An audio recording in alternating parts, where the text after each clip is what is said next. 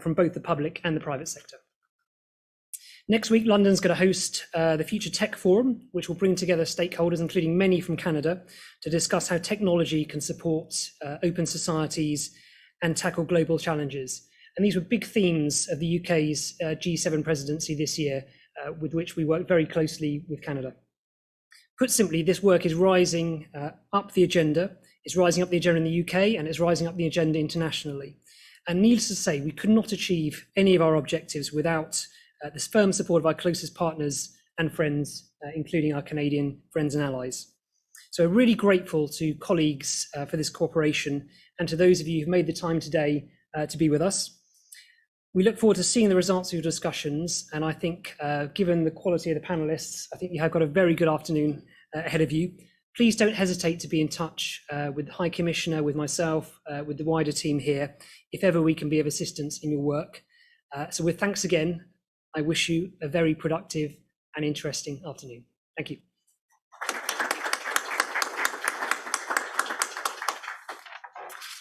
Thank you so much for that warm welcome, David, and for your remarks. I'd like to jump right in. I'm going to introduce the moderator of the first panel for today. The panel is called Protecting Business and Critical Infrastructure from Cyber Attack. And our moderator today is Mary Jane Dykeman, who's managing partner at I&Q Law. So thank you, Franca. Thank you, everyone, for coming. I heard the word networking, and I thought, look at us. We are here in person. And of course, a warm welcome to everyone who is also joining us virtually today. It's my pleasure to moderate this panel. We did have a discussion, a fairly lively discussion on Friday afternoon. I think we could have worked it right through the weekend based on all of the issues that are there. I'm a longstanding health lawyer working in data for a couple of decades, and I can tell you when we were drafting health privacy legislation in Ontario years ago, we were not specifically focused on what the safeguards looked like. What we said was there shall be safeguards. So maybe that's what we end with today, but this panel has the expertise, and they will lead us through exactly where that might take us now that we are in this setting. So I'm going to introduce the panel very quickly. We have online with us Kush Sharma. He's the inaugural CISO at the City of Toronto and a cyber industry leader. I'm from Toronto. I watch very carefully. We know that the municipalities globally have been hit, big and small. So we'll look forward to hearing from him. And then to my right, immediate right, we have Dr. Richard Harknett, who's a professor and the head of the political science department at the University of Cincinnati. And he's also the co-director of the Ohio Cyber Range Institute. Number three, to my immediate left, Robert Gordon. I did ask whether we can call him Bob, and he said, do not channel my mother, so Bob it is. Bob Gordon, strategic advisor at the Canadian Cyber Threat Exchange, will be spending some time talking about exactly how we exchange the information. We do not reinvent the wheel, we crowdsource, or any other legal term I can come up with. And then also we have Sean to my far right, who's the Director General of Cyber Operations for CSIS, the Canadian Security Intelligence Service. So with that, we're going to pose a few questions, and I have been at conferences where people brought a bell and cut people off. I won't do exactly that, but we'll ask them to offer some comment on each of these questions. We may get to 5, we may not. So first question up, how are businesses and critical civilian infrastructures threatened by cyber attacks? And I'm going to move to you, Bob, to both open and then close our session in a short while. Thank you very much. I think it's worthwhile taking a look when we think about cybercrime and the private sector to look at this in 3 broad trends. The first is the commercialization of cybercrime. The second is that interstate competition is now being played out through the internet. And the third is the cyber activities of criminals and nation states are now starting to become intertwined. So I'm just going to talk about each one of those 3. The first one is the commercialization of cybercrime. I mean, cybercrime is now operating as a business. Ransomware as a service started in about 2017, and we're now seeing how criminals have actually weaponized that technique, becoming very technically sophisticated. The chances of getting caught are pretty slim. The barriers to getting into it are small because they can actually use the service of other criminals, so they don't have to be particularly good at doing themselves. And cryptocurrencies have now made it worthwhile for them to get in and actually capitalize on getting money back out of you and I. And ransomware attacks now, I think, are gaining the headlines. You see it almost every single day. It's coming along. The problem is the other attack vectors haven't gone away. So distributed denial of service attacks are coming in and flooding your system so you can't use it, escalating through the roof in the last year. 31% increase at the beginning of this year over last year. And they're targeting things like education, healthcare, and our financial sector. And you think about what's going on when you're trying to deal with a pandemic, those are the critical areas you don't want going down. And we're still seeing business email compromise. The thing those of us in Ottawa, remember how the city of Ottawa got done for a couple $100,000 a couple of years ago, 100% increase in the last 2 years. What's happening with nation states? They're now conducting cyber attacks for two reasons. One is statecraft. So the things that they like to do, influence peddling and all that, they're now doing through the internet. There's lots of examples of where the private sector is becoming a pawn in that process. Probably the biggest one was the Sony attack, but there's a lot of other ones you start to think about. They're still engaged in the espionage business. Russian intelligence is being now accredited with the attack that occurred earlier this year against SolarWinds, where they hit a lot of companies at the front end of it.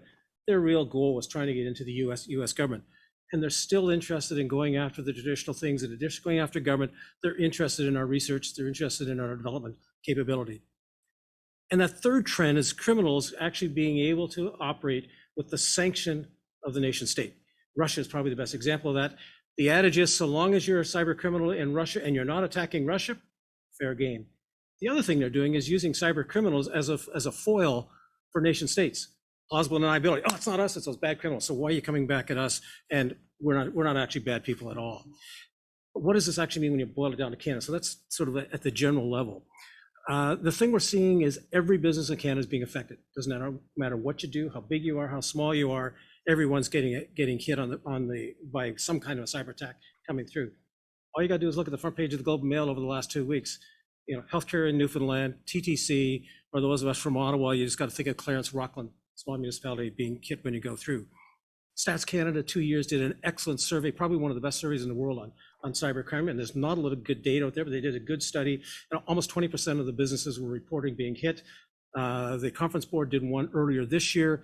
28% increase in cyber attacks against Canadian companies since the pandemic began. And the problem is we get lulled in by the stats. You walk down Bank Street, that means every third business you're going by got hit.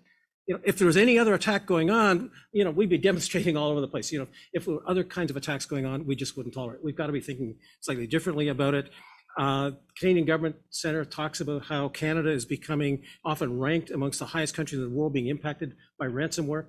67% of all the attacks that came into Canada last year were ransomware. And over half the companies in Canada that got hit paid. So I think we've got to start thinking about this in a slightly different way, and the rest of the panel is going to be talking about this, because the bottom line is this has now become a business issue. This is no longer just an issue for the IT department, and we've got to be starting to think about it, as I say, we've got to be looking at this slightly differently. And I will say a lot of hospital boards and other company boards, everyone is saying, could it happen to us? Well, clearly you've said it. We're so far past the person in the wood paneled parents' basement doing the one-off into a sophisticated organization. So with that, I'm going to ask Sean to comment. Where are we now? Yeah, so I'd like to add to all the good points that Bob made and point out for those of you who aren't familiar with CSIS, it's Canada's primary security intelligence service. So we're interested primarily on threats to the security of Canada, national security.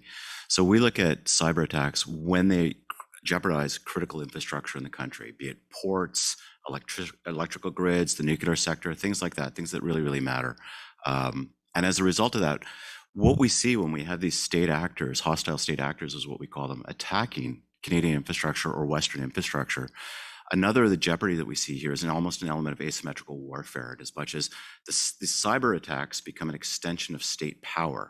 And you can see that, for example, in the condition of Colonial Pipelines, where all of a sudden the United States is unable to deliver gasoline to tens of millions of people on the eastern seaboard.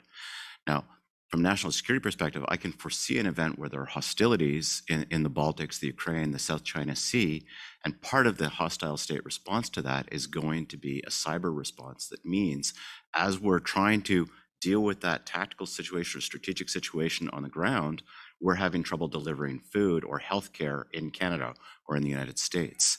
And I think that that's a big element to this, is even though there is a high degree of criminality there, as Bob said, some of this criminality is sanctioned by the state. The states are aware of it. They're not stopping it. They're actually quite happy that it's happening because it allows them another toolbox.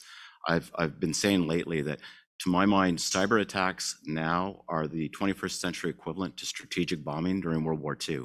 They deny the ability of a state to wage war. And as a result of that, this is something that we need to be looking at from a national security perspective, from a military perspective, and from a civil society perspective.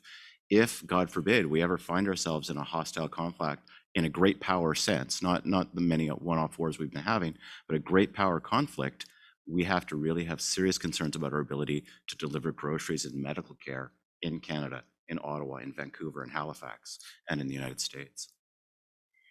So I'll turn it over to Richard, just recognizing each company, each organization is not alone in it. And even if we protect the perimeter, if you will, everything coming in is also under scrutiny. So what do you have to say about that? Yeah, and I just want to say thank you for having me up. It was great to be able to cross the border.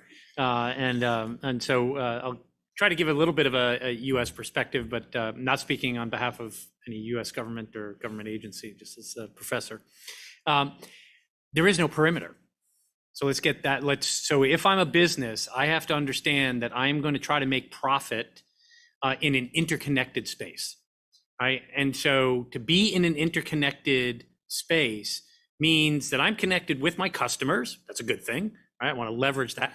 But across that same platform, I'm connected with competitors, I'm connected with criminals, and I'm getting more and more caught up, as both Bob and Sean referred to, in this larger strategic competition that's going along on the state level.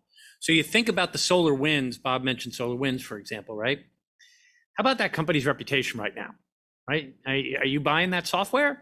They were not the target of the attack, right? They're a vector that, if we believe public reporting and the US government, right, that this was Russia using that company in order to get to something else more valuable, right? So while I'm a business operating in this interconnected space, I have to understand that there are people out there that want my IP, that want to interfere with my profit making ability. But I also now have to add into my business practices this collateral aspect, right? That's what it means to be in an interconnected space. SolarWinds had nothing to do with Russian espionage of US Treasury Department sanction policy. I mean, those two are as disconnected as you can, right? But so are the truckers who were backed up by 3 miles on the US Turnpike, New Jersey Turnpike, outside of the port of Elizabeth in New Jersey, because they couldn't deliver their work because Maersk, the shipping companies, was shut down. Why? Because an auditing software was uploaded in Ukraine. How do I go from audit software update to back up on the New Jersey Turnpike, right? That's interconnectedness. That is the world that you're trying to make profit in. That is the world in which you're trying to run your critical infrastructures. You cannot segment from that. So we have to actually accept it and start to understand, as Bob said, how do we build that into our business practice? So I'm going to turn it over to Kush virtually, just to comment as well, again, from the perspective of leading the effort in one of the largest municipalities in Canada. And so we'll ask him to weigh in. So I think from a municipal perspective across Canada, we have to look at not only the technical risk, but the governance risk. And this goes for public and private sector also. So one is communication risk. So we have to look at collaborating with business units and making sure that the communication channels are open with our colleagues. Number 2 is digital risk. And getting a foothold and embedding our cyber teams within the business infrastructure and within the large digital transformations. And third, which is probably the most important, is looking at the supply chain risk, right, from an organizational perspective. And so we really have to push the idea which is out there of security by design, privacy by design. We've successfully done it at some municipalities in Canada. We need to keep pushing that agenda to ensure that all procurements and contracts have the cyber and privacy components built into them, part of the evaluation stage. On to the next piece, which is what can the private sector do against such hacks? And you've already raised the interconnectivity. So let's talk about the private sector for a moment. I am going to call on Sean, please, to comment. Thanks. So I'm going to pick up right where Professor Hackett has spoken about the interconnectedness, and it goes back to the fact that all companies, all critical infrastructure in the country are potentially vulnerable. Given what we've spoken about before about the ability of hostile actors to take down our ability to do things like deliver groceries and deliver gasoline or have open ports, we have to understand as small, medium enterprises and larger enterprises, we need to defend ourselves against this. I think in Canada, it's important we look at it from a slightly different perspective. The big companies, the major telecommunications companies, the banks, they get it. And I think they've got fairly robust cybersecurity baked into their systems, and they're always leaning into it. Smaller companies and medium-sized companies, which is frankly the bread and butter of our economy, though, they still have a long way to go. And what I've noticed over the last couple of years is there tends to be a tendency in these companies to look at it unhealthfully in two ways. Either there's nothing I can do about it, so I might as well not bother, or it's never going to happen to me. And neither one is a helpful perspective. There's a good chance it will happen to you, but there's a lot you can do. Most of these cyber attacks that happen against small, medium enterprises, smaller municipalities, infrastructure, are actually not that sophisticated. They're ransomware as a service, as Bob spoke about. They're not that difficult to defend against. And companies can take steps to ensure that they have good cyber hygiene, that they have dual factor authentication, that they're not being lazy with their passwords, that they're updating their security patches on a regular basis. Things like that will go a long way to protect these smaller companies that don't have large IT departments with 20 or 30 or 40 people. It could just be, when we spoke today about a municipality might have one person who's their IT guy. Okay. Well, if that's all I have, he better be updating security patches every single day, right? Not being lazy about it. And I think that there's a lot to that. Medium companies, if they have the money, they would really want to look at network monitoring services. You know, everybody has locks on their doors. Everybody has smoke detectors. Lots of companies, you walk into a store, they have a security guard. Shoplifting will not put you out of business. A major cyber attack will put you out of business. So if you have an extra $50,000 a year lying around, I'd probably invest that in network monitoring before I'd invest that in a security guard, because you have to look at what the overall risk to your bottom line is, not to your day-to-day bottom line, but the viability of your company. And if you're a municipality or a critical infrastructure like a port or a highway or Highway 407 down in Toronto or something like that, you know, what would happen if that got shut down, and what do I need to do to safeguard against that? So companies are not helpless. I think just pretending the problem won't happen is not a good strategy, but I don't think you need to be afraid it will happen. I kind of think it's like crime in a bad part of town. Yes, somebody is going to get mugged. It doesn't have to be you. You can take the steps to, you know, unfortunately, somebody else will get mugged, but if you're a company and you're selling wing nuts, you don't want that to happen to you. You want it to happen to the next wing nut company down the road. And as a sovereign station, I want that to happen to the next wing nut company down the country, a different country. But ultimately, as the West and the community, we need to safeguard against this across the board collectively. I was speaking at a conference just pre-COVID with global CIOs, and we did pose the question to them about, it was AI in part, but also cyber. And one of them came up afterward and said, you know, I'm scared to do anything and I'm scared to do nothing. So Sean, you're telling us not enough. Let's move it forward. Kush, we're going to come back to you online to also comment on private companies, private sector. So I've spent quite a lot of time in private sector, many consulting firms traveling around the world. So from a larger enterprise perspective, I think there's some organizations that have embraced this idea of fusion teams. I think more needs to be done regarding that for larger organizations, where you combine multiple different IT, OT, emerging tech type of groups together in one central function, where they can share that intelligence in real time and actually act against any malicious attacks in real time. And so this works well in large organizations such as the banks, for example. But I think we need to extend that concept out to other organizations and other industries such as manufacturing. From a small business perspective, I think it's a big challenge. They don't have the funding that some of the medium and larger organizations have. So I think we need to think out of the box a little bit, perhaps more government support. The industry associations for those various industries are a good start, where they can maybe start thinking about having some sort of shared services for these specific small businesses. And the third thing I would say is that Canada is fairly good in terms of intelligence and sharing of that between various, siloed industries. But I think we need to increase that visibility cross industry. And some of the folks on the panel, right, their mission is to help with that. So those are the key things that I think we should look at. Perfect segue to bring Bob back in with the cyber threat exchange as well. What are your comments? I agree with everything that Kush just said. I mean, Kush, thank you very much. That was a great introduction. I mean, that's essentially what we're trying to do. And I don't want to turn this into a sales pitch for the Canadian Cyber Threat Exchange. But that's the kind of thing we're trying to do. It's the private sector coming together to share that information. And it's more than just information, it's the best practice. Because some of it is actually trying to understand what's going on. It isn't, in particular for smaller companies, that's what they need. But the other thing that, and I'd like to pick up on a couple of things that Sean talked about, and the one thing that sort of sits behind some of what you're seeing is there's got to be a bit of a mind shift. That businesses have got to start to realize that they are in the data business. It doesn't matter what you do, data underpins everything that you're trying to do. And once you start to accept that, then it starts to get easier to go down the road of things that you're talking about, John, in terms of what they could be doing, what they should be doing, and what they need to be thinking about as they're going through it.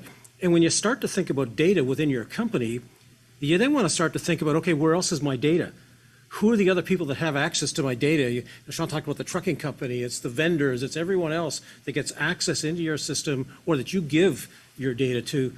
That becomes the periphery now of your enterprise interests, not just your enterprise from a structural standpoint, which is traditionally how we've looked at it. Data's a new world, and you've got to go where the data goes, because I guarantee you the cyber attackers are going to go after your data, and they don't care what door they're going to come in. They'll come in the trucking company door if that's the easiest way to get access to your data. Yeah, we're so often asked, or there's a comment about whether we're more at risk with the technology or the people. And of course, we ultimately say, well, it's both, and let's get on with it. So Sean, I'm going to come back to you for a moment just in response to Bob. No, I think that Bob's exactly right there. It's like we have to look at data as a community, as a commodity. And I do think that the private sector is coming to this realization. We've all been quick to reap the benefits of the IT revolution that has created great efficiencies in our business models, generated a lot of wealth. And I'm well cited on the fact that private companies, especially after the last 2 years, have a heavy burden to bear financially on regulation and compliance to a whole bunch of different things.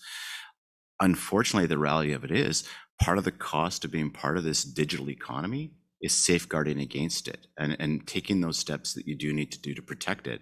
And that will cause companies to have difficult decisions. How do I spend? I've got an extra $50,000. How do I spend it? And I'm mindful some companies might not even have that extra $50,000. But how do I stay viable in an environment where on any given Tuesday, people could be coming at me directly through my supply chain, through a company that I didn't even realize I had an electronic link to? It's just a great vulnerability. And this is something where companies need to educate themselves, just like they need to educate themselves on the fire code and on human rights legislation. They need to become better cited on what's happening in the cybersphere. All of the opportunities that the data creates, and at the same time, this parallel stream of threats, and Nothing's free. no, nothing's for free. I think of the couple of hundred systems you might get in a hospital that I work with, Internet of Things, people plugging in, and then when y'all raise the spectrum of the downstream, the truckers, the supply chain coming in, the procurement and everything else, okay, gives us pause. So Richard, over to you. Yeah, I mean, so I concur with everything that's been said. I just make a couple points of emphasis. So you can defend in this space, but you only defend in the moment of the software, hardware, and processes that link them together.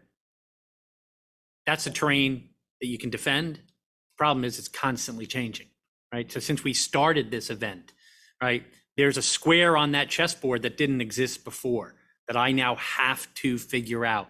So this is a mindset that I think, particularly at the CEO level, business C-suite, right? You have to understand that this is a persistent environment of both vitality and vulnerability. And what you have to do is make sure that the vitality that you're getting from the digital space is not overwhelmed by the vulnerability that exists in that space. So how do you create that business plan around what is your crown jewels, right? We're in the British High Commission, so I can talk about crown jewels, right? So what are those, right? And, I talked with a firm that we have down in Cincinnati. They know what their key, like this is it, right? This is, if they ever lost this, that's it. So they run that through SneakerNet. I don't know if anybody uses SneakerNet anymore, right? They hand it to a kid who walks across the street, on their sneakers, right? That thing does not go through network computing, literally. Is that inefficient? Yeah. Are they staying in business? Yeah. And so then the next practice I would throw out is embrace your CISO, right? If your CISO is forward leaning and understands that they have to be anticipatory of the threats that are coming at them, right? But you cannot look at your CIO and your CISO as cost saving centers, right? That's the 90. So talk about, Bob talked about this mindset shift, right? We looked at IT as a cost saver, right? Efficiency and access. And it is, but you have to invest, and that's the vitality side of this. But for that to be not overwhelmed, you have to invest on the defense side, right? And make sure that those vulnerabilities don't overwhelm you, right? Because there's actually only two groups of people in this room right now. How many of you know that you've had your data stolen through some sort of unauthorized attack on a database? Show of hands, okay? About half, for those on the internet, about half the hands went up. The other group in this room are those that don't know that they've actually lost their things through unauthorized hack, okay? Great. That's the reality, that's the planning model that we have to be in. That's the zero trust construct that we actually have to start to adopt across writ large. Okay, we're going to move to the next question. And I have to say, as we made a few notes and had the conversation, this was one that people had a whole lot to say about. So we'll see what we do today. So Richard, I'm actually going to come back to you first, and you're also going to close it. How can the private sector collaborate with government in preventing and recovering from such cyber attacks? So we talked about the private sector. We've talked about interconnectedness, interconnectivity. I can't remember what you said. Interconnectedness.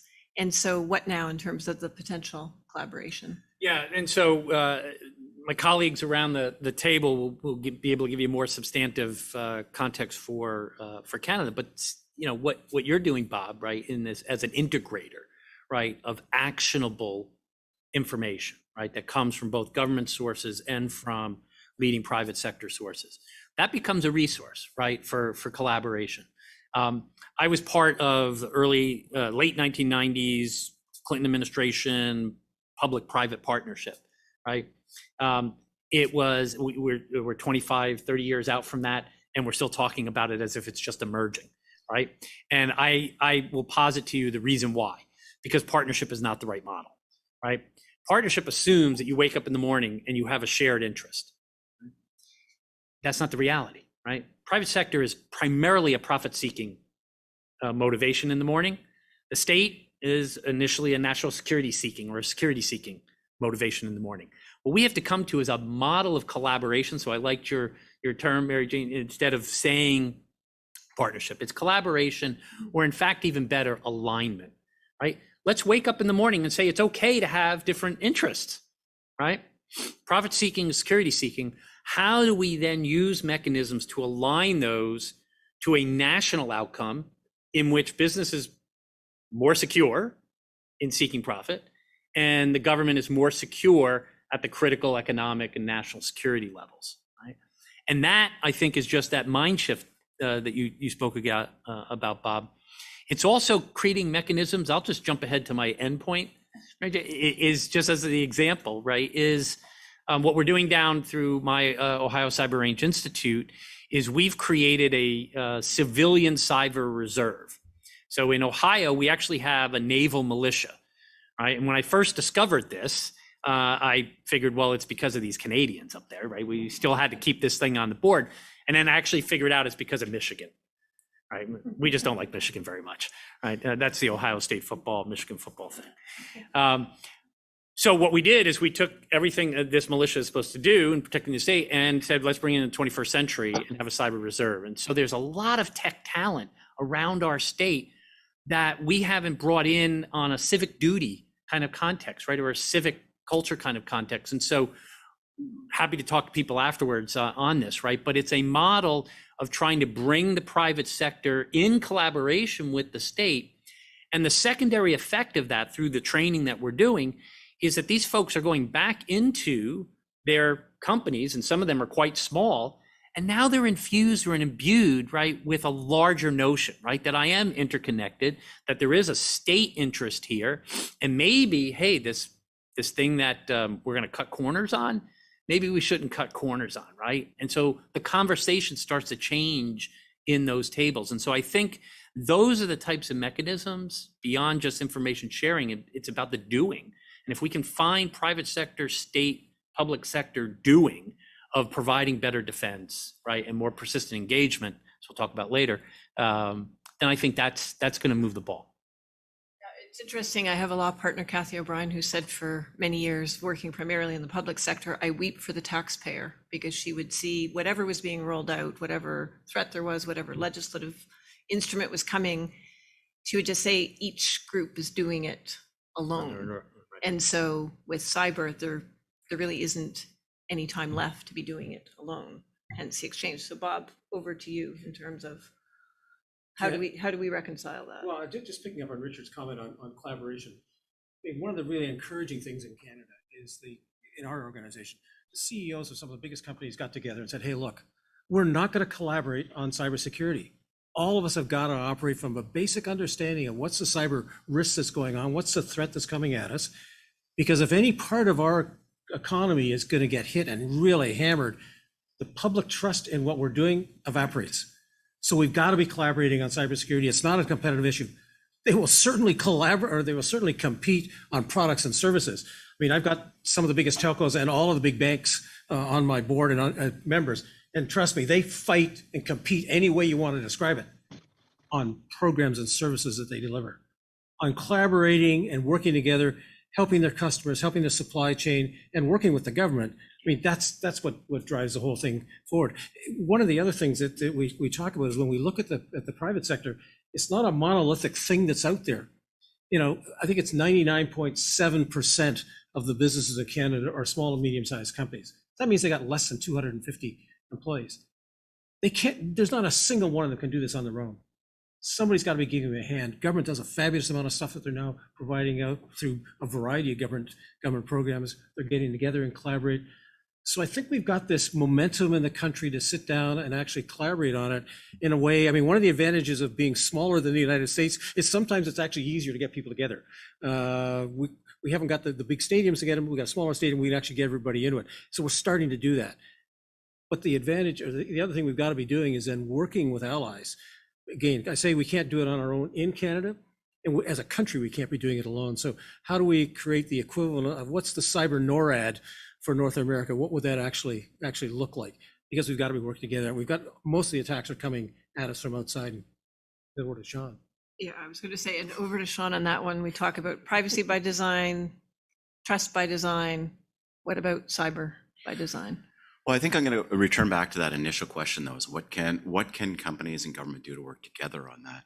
And one of the most basic things we can do at all levels is report what's happening to you. There's no mandatory reporting regime in Canada. If you look to Australia, they're actually instituting a mandatory reporting regime.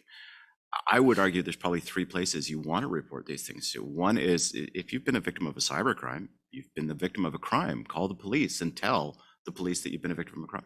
I find it ironic that if your bicycle's stolen and you call your insurance company, the first thing they ask for is a police report number. And if your data's stolen and you call an insurance company, they're saying, don't talk to the police. It's a bit of a disconnect there. We had the Canadian Centre for Cybersecurity, an outstanding organization that's been stood up 2 years ago, 2.5 years ago, and is really starting to build that collaborative space. And they've got applications out there where, you know, they're sharing best practices to industry, but they learn that by hearing what's happening to industry. It has to be a two-way communication. And then selfishly, from a CSIS perspective, you know, I would ask those companies to ask themselves, is my product relevant to national security? If you're making masking tape and you get hacked, I feel for you, but I'm not sure there's a national security element there. If you're making the wing nut holds the F-35 up in the air, then there probably is a national security element to that. Call CSIS and say, hey, I'm making F-35 wing nuts and I just got cyber attacked. And then we all talk to each other. So we're all going to sort each other out. And I'll say, oh, you want to call the RCMP, or the RCMP will say, call the CCC. So it's a really, really basic step. If you're a victim of a cybercrime, you should probably think about reporting that, because that's how we as government get a better appreciation as to what's happening across the economy. It's not like we don't have this great eye in the sky that's watching the whole economy. Western democracies don't work that way. So we need to be fed that information upwards. And as for the other stuff that you're talking about, I think is bang on. That organizations such as yours, organizations like CCC, are trying to get everything collaborative. We have to be collaborative within Canada and across our alliances so that we can all stand up together on this one, because the threats are common. They're common. The same people who are hitting Canada are hitting Spain, are hitting New Zealand. And I think that's why we, and I'm just picking random countries, that's why we and countries like Spain and New Zealand would want to work together. Can I ask you as well, and we're going to come to Kush in just a moment to wrap this question, but in terms of that reluctance, is that a reputational, is it a legal risk? Are the lawyers saying, shut it down, close it down, don't create anything new that could be discoverable? Is it? Fairly certain my lawyer would tell me not to answer that question. No, I'm not sure it's that. We're in the I think cone it's, here. I think it's because it's a new space, and it's that space, to Bob's point, where we just haven't oriented ourselves. And we've been dealing with stolen bicycles for 100 years, but we haven't been dealing with stolen data. So the companies aren't quite sure what to do. The insurance providers aren't sure what to do. The lawyers aren't, and you know, I say that with no malice. I think it's just, we're in an evolving regulatory space, and Kush mentioned the importance of having clear regulations and policies and procedures, where we have to understand this is probably where we want to go. And there's a lot of work being done right now to establish Five Eyes cyber regimes and cyber regimes for what acceptable cyber behavior around the world should look like. And this is happening internationally and domestically. And so Kush, could I ask you to also weigh in then, domestically and internationally, as we close out this question? Yeah, of course.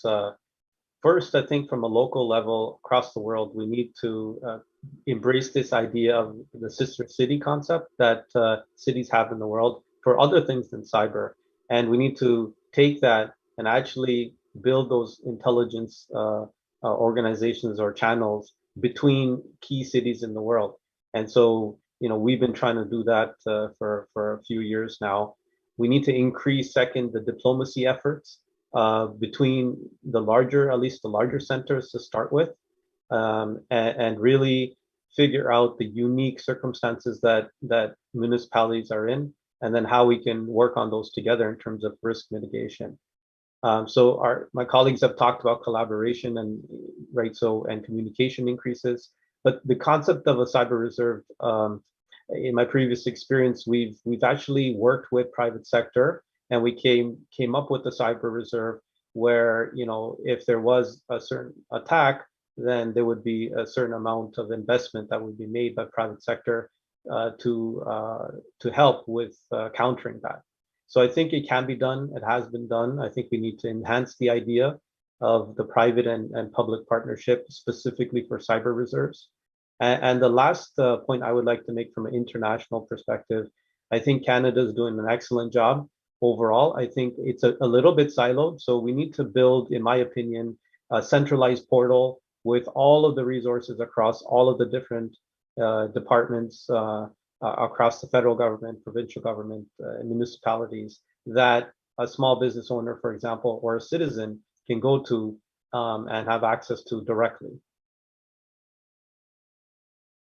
This next question, it may be shorter because I think we've touched on some of it, but what are the challenges in this type of public-private collaboration? And Bob, do you have anything more. I know that we may keep this one a little shorter just because Yeah. we've had some of that discussion already. Yeah, I think one of the things to be thinking about is technology is a tool, but cybersecurity is really a people business, and people business means trust. And so what are the mechanisms you can put into place to build up that trust, whether it's company to company, collaborating with government to private sector in both directions? So it's how do you sit down and put mechanisms in place that allow you to actually sit down and have some of those conversations. I mean, one of the things that's been talked about is, could the government create a safe harbor where the private sector can provide information into the government and there's no potential blowback onto them from shareholders? That's a legal term, blowback. Blowback.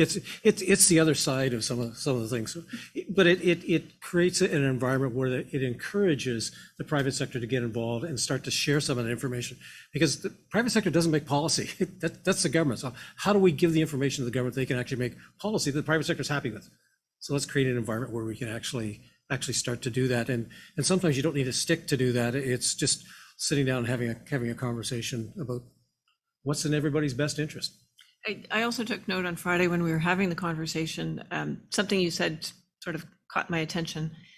And you said how to get over the mindset of beating up the victim instead of focusing on the aggressor. Yeah. Do you want to elaborate on that for us? Well, I think one of the things we're really good at doing is putting in all the regulations of what the private sector should do. If there's an instance, they report it, or here's all the things that we've got to be doing. We're going after the victim. And the private sector's got to be doing more, no question about it. But we've got to be focusing a whole bunch of attention on going after the attacker.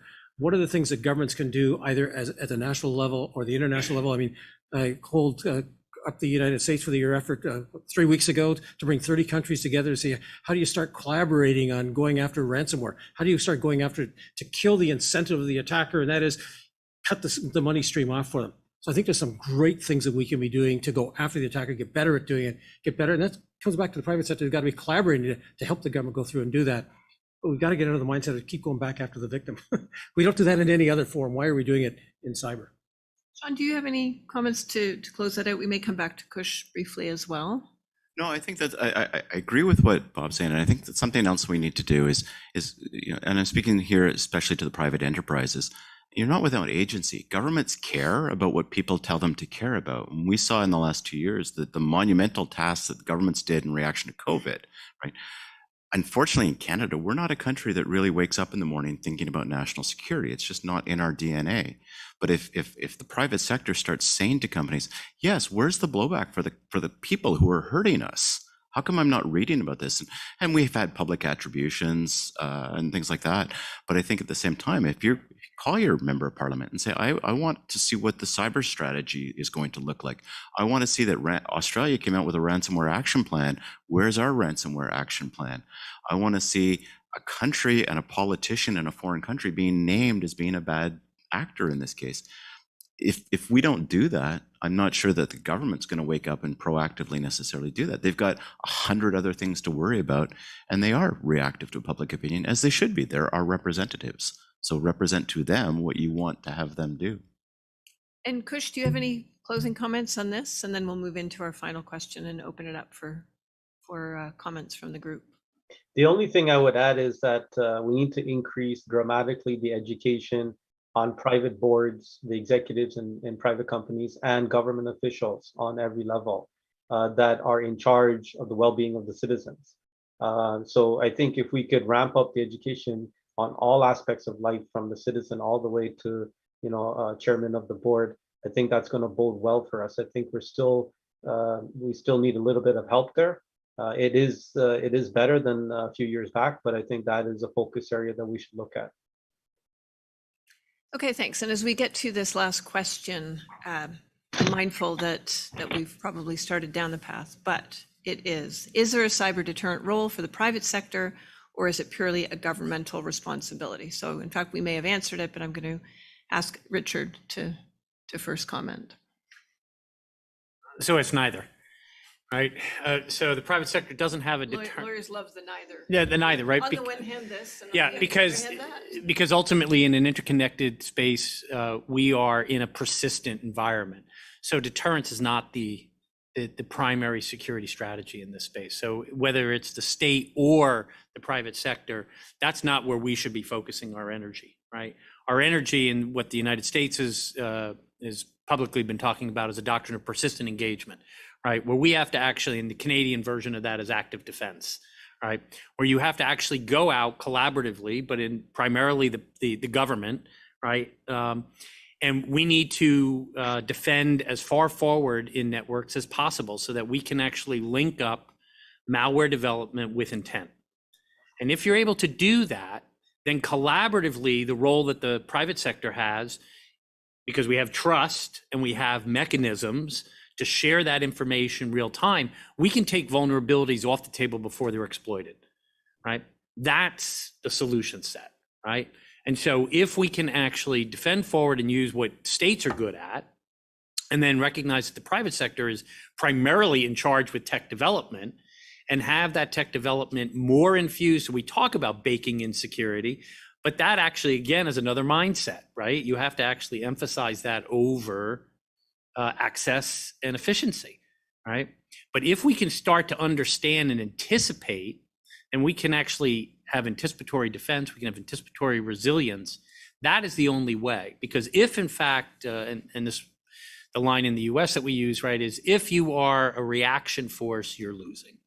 Right? If you are in and deterrence was all about reacting, right? I'm telling you as a prospective threat, if you do this, then I'll do this to you.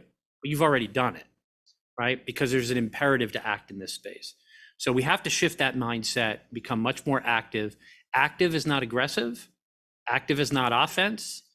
Active is active, right? And active is getting out there and trying to shape and reshape the network to advance our interests and close the networks down for those that would want to do harm. Thanks for that. Okay, Sean, anticipatory defense. Go. This is not going to go away, right? This is with the Internet of Things and with cyber quantum computing, this is going to get an order of magnitude more complicated over the next couple of years. So to Richard's point, I think we all need to collectively look at forward of it. I totally agree. If we're reacting, you know, we're already on our back foot. And we can't sustain an economy and we can't sustain liberal democracies that way. So we need to collectively, collaboratively work together between sectors of the industry, as you indicated, where the banks are cooperating between private sector and government at government to government level, so that we've got as many of our smart people, you know, to use an old military expression, putting rounds down range, and that is an offensive term, right? But getting action down range so that somebody else is on their back foot, so that the cyber criminals and the hostile state actors who are causing harm to our society are reacting to us rather than us reacting to them. Okay, Kush, I'm going to bring you back in to comment about what we need to do. Yeah, I think Canada is definitely competitive on the global stage in terms of cyber. We need to continue to think boldly from a citizen perspective. I would say we need to look at a concept and really push the boundaries to have cyber healthcare for all citizens of Canada at no cost, similar to normal healthcare. We need to look at the cyber poverty issue, because there's certain communities in Canada that cannot get certain access to technologies, let alone cyber technologies, to defend themselves. Simple things like buying antivirus software from a retail store or getting identity insurance. Simple things cannot be done by many of the population. So if we really want to take a holistic view of fighting cyber, I think we need to start talking about the citizens and how we empower them to help us, right? To help the private sector, to help the government fight against cybercrime. And thank you. We will close it with Bob, and then we'll move to some questions and comments from the group. I think just one very short comment. I mean, we started off earlier at our conversation talking about the role of the private sector. Private sector is there to enhance shareholder value. But in doing that, there's a way we can go through and support the kinds of things Richard was talking about in doing the government. Government's got a huge role in it. Private sector's got a role. Is everybody now starting to work together to contribute their relative pieces into it without the private sector trying to take on a role that properly lies with government? So I'm going to thank the panel. I think it's really important that we've talked about government, private sector, public sector, and at the same time, individual access. We didn't have an opportunity to walk that through, but it's it becomes fundamental for each citizen. So with that, and just being mindful of our 10 minutes or so that we do have before we move into the next panel on IP theft and everything else, then let's see if we could take some questions from the room and figure out how we may do that in terms of anything that is coming online as well. Other people are going to write in. Franca, over to you. Just So we'll get does the anyone in- marching orders first. Okay. Lynn Hamilton, President of the Internet Society. So we're here to represent consumers. We're here to represent individuals. You're telling me don't shame the companies because, they're the victim. But you've also told me that I've been affected. I just either know I have or I don't know I have. So what do I do? What do I tell folks other than change your password regularly and trust no one? Stay offline, go into the woods, don't buy anything online. What are we supposed to tell folks? Like, should we be saying to our governments, incentivize companies to do good practices?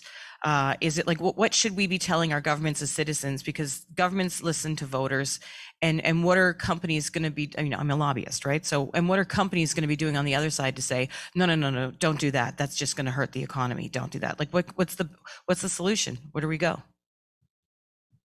Easy, right? Yeah, I think, yeah. So, on for some part of it, think of the banks, for example. The banks want to do every single thing they can to ensure that all of their customers want to trust working online, because the banks don't want to go back into bricks and mortar building. And I don't want to go back. I can't remember the last time I was in a bank. So the banks are spending hundreds of millions of dollars, each one of them, on cybersecurity. They get it, they understand it, and they're working at it. And they're working closely with the government in a variety of ways to do that. So the bigger organizations can do that. Where we've got to get better at doing it is providing the technical solutions down for smaller companies. A 20-person organization, they're pretty stuck. They've got about on average about $10,000, $11,000 a year that they're spending on cybersecurity in total, which is not bad for an organization that small. They can't do this by themselves. So there, and I think you were talking about that, we can go back and talk, when Richard was talking about how do we get the software better? How do we make it easier for them to buy stuff that goes in? And so you can put some standards in place to go through and do that. And that's I think where we've got to go. So put a standard in place on software development. Rather than going, and when I say go back to the victim, it's the small shop owner, don't expect them to be doing a lot on cybersecurity. They can't possibly do it. But there are places in the supply chain where we can have an influence going on it, whether it be standards. NIST is doing some great work on the standards regime of it. That sets it in there. That makes it easy. How do we make it easy for consumers to be cybersecurity? My cell phone. Don't expect me to be cyber secure. I haven't the faintest idea how that stupid thing works. I put $10 in the back of it every once in a while, and my iPhone works. And that's what I want to have happen. So how do we make sure that works? How do we get out of the kinds of things where you don't have to change your password all the time? There's some better ways of being able to do that rather than just going through and changing passwords. Some really interesting studies that the more times you make people use passwords, two things happen. You make it really simple, which makes it really easy to hack, or you write it down.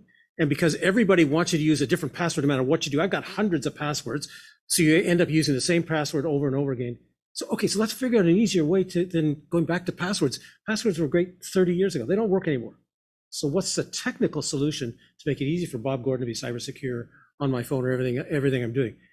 And that's, again, it's getting away from, let's quit talking about me being a victim. How do we go through and give support, the tools and things go through? And I think that's where lobbies can come in and can be just driving that forward. I think there's great opportunity to be able to do that, because that goes back to what Sean was saying. That goes back to giving government the leverage that says, okay, we need some really strong standards in this place. Not standards for what Bob Gordon's doing.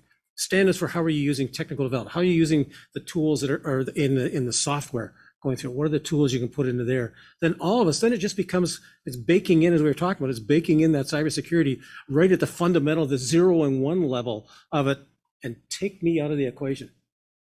Can I jump on that real quick? So I think you got to go back to that notion earlier that, the private sector is not monolithic, right? So you got to lobby differently, right? And so the majority of us are vulnerable in part because it's not just a technical problem, right?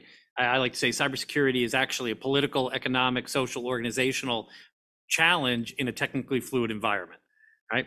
But that technical fluidity has got to get in a certain better direction. And that is, it's got to get more secure.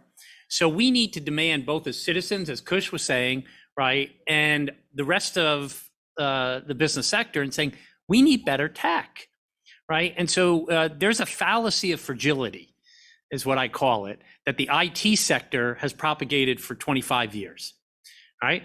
And we bought it, right? That this thing is so complex and it moves so fast that if you put any kind of standard or regulation on this, it just collapses. Innovation is die, right? Die right on the vine.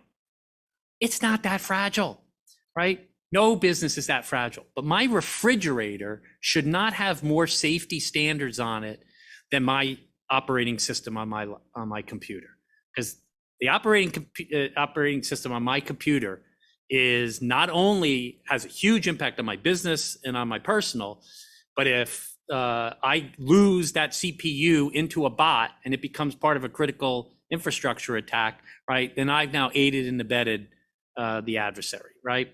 So the tech, we just got to start to demand. That's the only way this is going to get reversed, right? Is we've got to actually demand this at the individual citizen level and at the corporate level.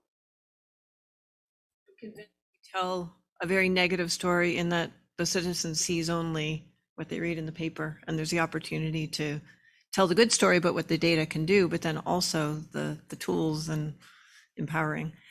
One other thing, I mean, the thing we never talk about in Canada is we're really good at cybersecurity. We have some of the best companies in cybersecurity developing great stuff. We're just lousy at telling anybody about it. Tell a better story. We've got to get out there and start to talk about it. I mean, that gets getting back to the lobbying. So build up those companies that are actually out there and doing the kinds of things that we need to happen, because there's lots of them out there. There's been more high-tech companies in the security area between the Kitchener-Waterloo area that have gone up in the last 10 years than between San Francisco, LA, and Washington, D.C. combined. We don't tell anybody about it. Lobbyists can tell it. We have a hard time trying to do it.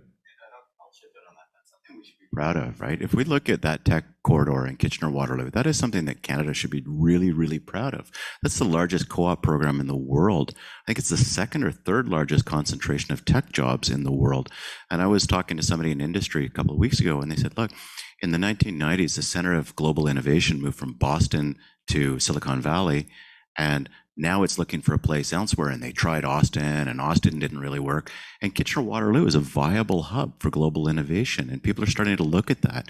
And the whole notion of that Canada can be more than just Shopify as that billion-dollar company. There are a lot of potential companies there that, and you know, Canadians are so self-deprecating and so like, oh, yeah. But we should be really, really proud of the work that's being done there. And as a lobbyist, you know, we should be arguing government should take knowledge of that, take pride in that, cultivate it, water it, and protect it. Okay, we are coming up to time. I'm going to assume that perhaps we will close to give good time for the next panel. We had to prevent ourselves from going down the rabbit hole, the proverbial rabbit hole, in terms of that particular topic. So we're very excited to bring the next panel in.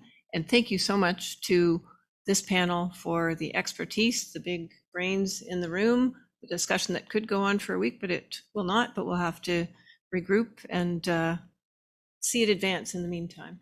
And thank you, Kush, for joining us virtually as well. Thanks, everyone. Thank you, Mary Jane.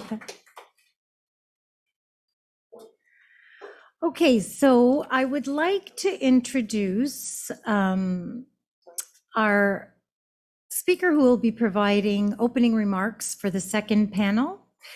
I'd like to introduce Sara Wilshaw, Chief Trade Commissioner of Canada and Assistant Deputy Minister at Global Affairs. Good afternoon. Thank you so much for that introduction, Franca. I hope everybody can hear me okay. Really, really happy to be here and part of this discussion today. Before I start, I just want to acknowledge that I'm joining you all from the traditional and unceded territory of the Algonquin Anishinaabe people here in Ottawa from my home. What an amazing day you've had so far. Thank you to the Internet Society of Canada for gathering speakers from industry and government and academia to discuss this cyber threat landscape and what business and consumers consumers and all kinds of other people are facing, and some of the best practices to help manage those risks. I know a lot of folks are giving a lot of thought to this, and I want to assure people that Global Affairs Canada is also playing a really important role in responding to an emerging international threat and the security issues, as well as intellectual property theft and cybercrime, and working with our clients, our Canadian businesses, and in the investor community to help them to prepare and protect their business interests and IP as they engage with partners internationally. We're working with all kinds of international partners, including coordinating Canada's relationship with its intelligence partners and giving foreign policy advice to the Government of Canada on cybercrime. So just as an example, you know, at the United Nations, we're working on both cybersecurity and cybercrime and developing strategies to help protect intellectual property for businesses and for academic institutions. Apropos this panel that's about to start, we know that research and innovation are absolutely at the heart of Canada's post-secondary institutions. They drive innovation, they spur important debates, and Canada's a real global leader, and we have an incredible brand in education. The education field's actually more important now than ever as we build back post-pandemic and ensure that Canada remains competitive. We've publicly noted that some actions by foreign bad faith actors have posed real risks to our national security and to the integrity of our research ecosystem. And so we know we have to do everything we can to protect and value Canada's research, especially at a time when we see an increasing security risk during the pandemic. So, for example, to help Canadian universities identify, assess, and mitigate those risks related to research projects, the Government of Canada announced in July of this year the new National Security Guidelines for Research Partnerships, and this includes guidance and tools for Canadian researchers. In addition, the National Sciences and Engineering Research Council Alliance Grants Program reviews research proposals, and these proposals that are deemed higher risk will also be reviewed in consultation with national security agencies and other government departments, including Global Affairs. The guidelines highlight considerations that researchers should keep in mind when pursuing those research collaborations. This is not to stifle research, but actually just to make it safer. And through Canada's intellectual property strategy, which was launched in 2018, we've invested more than $85 million over 5 years to help Canadians to protect their intellectual property and to safeguard it and build upon it. And building upon that strategy, the government proposed to support Canadian innovators, startups, and technology-intensive businesses with $90 million over 2 years, starting next year, to help accelerators and incubators provide startups with access to expert intellectual property services, and $75 million over 3 years, starting this year, for the National Research Council's Industrial Research Assistance Program to provide high-growth clients with access to expert intellectual property services. So we really recognize that bolstering the domestic and the international knowledge of intellectual property is essential to supporting business growth in almost every sector doing business abroad. And as Canada's Chief Trade Commissioner, I absolutely know how important it is to help businesses protect their intellectual property and expand into new markets at the same time. And I've seen how the risks play out on the ground. That's why the Trade Commissioner Service received funding in 2018 to support digital industries, intellectual property, and e-commerce in global markets. And now more than ever, our Trade Commissioner Service is here to help businesses start or continue to sell their products and services abroad through funding and support programs and a network of 1,400 trade commissioners located in over 160 cities worldwide. We're here for you. We're here to work with businesses and investors who want to take their products and services international. We provide practical advice on foreign markets and on-the-ground intelligence to help you make better, timelier, more cost-effective decisions in order to achieve your goals. I heard just at the very end of that earlier panel about all the great cybersecurity technology that Canada produces and the great advantages of the Waterloo region, for example, among others. I also heard that we need to boast more about this, and I can't tell you that is just music to my ears. It is exactly what we do. In fact, I have something like 100 dedicated IT business support officers located around the world, and then there are many others who sort of touch on it. But folks who are working every day with the industry to boast about and to win contracts and make connections with folks internationally about what brag about all the great things that Canada produces. So that's really our job, and we're very, very good at it, and we're really proud to put Canada on the map in that space.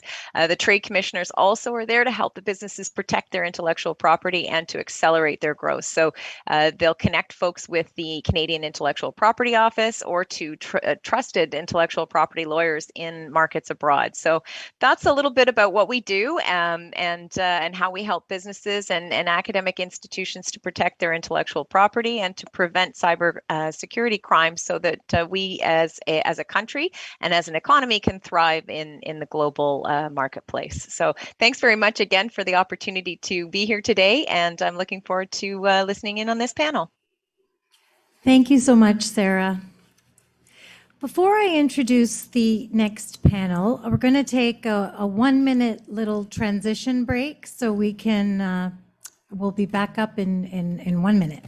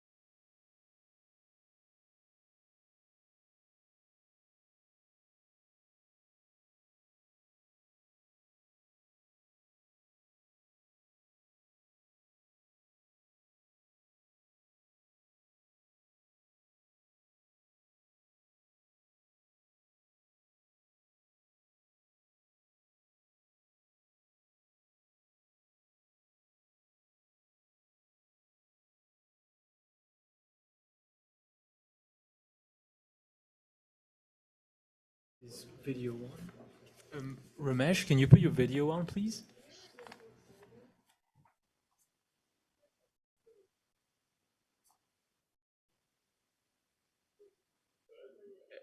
Awesome.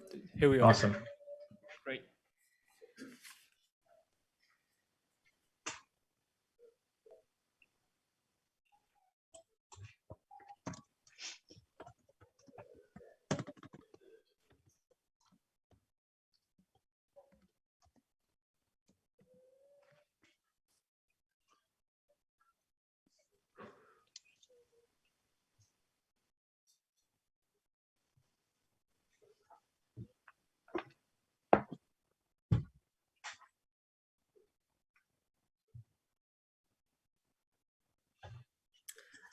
All right, so I'm going to introduce the second panel of the day, IP theft in academia and cyber espionage. The moderator for the second panel will be Bonnie Butlin, co-founder and executive director at Security Partners Forum. Bonnie, thank you for moderating this discussion. We look forward to it. Oh, and before I forget, if you are online and would like to ask a question of our panelists, please do so at any time by entering your question into the chat, and we will try to get to as many of them as possible at the end. Good afternoon, everyone. It's a pleasure to be here today. Let's quickly introduce our speakers today. Virtually, we have Amalia Barthel. Hello, Amalia. She's a lecturer at the University of Toronto and co-founder of Managed Privacy Canada. We also have Dr. Ramesh Rajadrai. Good afternoon. He is the co-founder and vice president of the International IP Commercialization Council in the Greater Toronto Area chapter. And with us today, we have Scott Smith, president of Cloak.ai Canada, and he's also the chief strategist of Managed Privacy Canada. So if you'd like to read more about our panelists, please feel free to go onto the website, and the full bios are on there. I'd like to move right into the first question for our panelists today. In a previous webinar, we provided a tour d'horizon of the different IP threat risks that affect the private sector, including predatory investments, insider threats, reverse engineering from exports and licenses, knowledge taxes, and cyber espionage. How do you all feel that the various IP threat risks affect academia, more specifically, which constitutes the biggest generator of IP? And Scott, I'd like to start with you today. So if you look at the data sets that exist in academia as the value proposition that academia has, and you cross-reference that, you put it on a quadrant, value versus vulnerable. So we talked a little bit about business in the last panel, and often those businesses are high value, but also low vulnerable. I'll give you just a little anecdote. I'm doing a project right now with a research institute, and research institutes are always looking for ways to find additional funding to do more research. That's their raison d'etre. So my first question was, all right, what data sets do you have right now that you could repackage and turn around and sell as a value proposition? And he kind of looked at me quizzically and says, wow, we have lots. I never thought of that. Great. My second question was, all right, how are you protecting that? And he kind of looked at me quizzically and says, I have no idea. Small example. You take that on the larger set across the country right now. So it was mentioned Waterloo earlier. Many Canadian universities are at the forefront of technology, at the forefront of immunology, at the forefront of particle physics. So let's take the example of the pandemic, and over the course of the last 2 years, what has happened in the university world? Well, there are 16 partnerships with pharmaceutical companies right now, and they are generating significant amounts of data. The reality for most universities is that they are by nature collaborative. They want to share information. They're doing it across multiple platforms. They're doing it outside of those platforms. They're inviting others to come in and partner with them. The pandemic really hit us in March of 2020. In April of 2020, the Canadian Centre for Cybersecurity put out a bulletin and said there's 120,000 newly registered domains that are related to immunology and the COVID-19. Well, those are spear phishing operations. And the reality is, for most universities, they are equally vulnerable to the same social engineering that the average consumer is. And they're not really thinking about somebody's trying to steal information. They're trying to work to solve a problem. So it's how they are set up that creates that vulnerability. There are multiple endpoints across those platforms that are not centralized. So from the perspective of, you know, why are universities a higher target? Well, nation states, and it was mentioned in the previous panel, there are what I like to call privateers. So if you look at 300 years ago, 400 years ago, there were pirates that were basically paid by nation states to go out and disrupt. Well, we have the same issue now, where there are nation states that are out there to disrupt and collect the bounty and get paid for that bounty by those nation states that have sponsored the hacks. Thanks, Scott. Ramesh, could we get your thoughts? Yeah, so, you know, I just want to add a few things to what Scott said. You know, obviously, as we know, there are different groups of hostile actors, hostile state actors, transnational organized crime, and even hacktivists, which are targeting universities and academia to steal data and IP. It's come to the fore in the last few years. For example, in both the US and Canada, foreign, and not just US and Canada, even the EU, foreign funding of research programs have been seen as a risk in many countries, right? Now, one thing we want to talk about, as Scott mentioned, you know, there's a human dimension to all of this, right? And that's the part I really want to start. You know, although we're talking about cyber espionage, let's not miss out the human dimension, right? So what's happening, for example, what CSIS said was that hostile actors are targeting information in the large digital data sets, as Scott were talking about, which are held by private sector and academic partners. They're also looking to steal personally identifiable information, or PII. You hear us referring to PII throughout this talk. They're looking to steal PII to build profiles of individuals who may be vulnerable and can be exploited. This is not a new, although this is in the cyber field, this is not a new espionage strategy. This is a very, what I call a classical espionage strategy, right? So for example, an academic who wasn't able to get a grant, that academic, you know, especially if they're in an important area, they get offered state-backed funding or foreign funding, right? So, you know, they get targeted by adversaries and they get offered funding. An academic who has been left out and not been able to get tenure or recognition, hostile actors can go target this academic by, for example, offering, you know, inducements to, you know, better positions and so on. There's another potential group, you know, academics who have ideological issues. For example, you know, some academics think, oh, you know, universities have gone too far, you know, to the left wing. They're becoming too, quote unquote, woke, or too concerned with diversity, equity, and inclusiveness.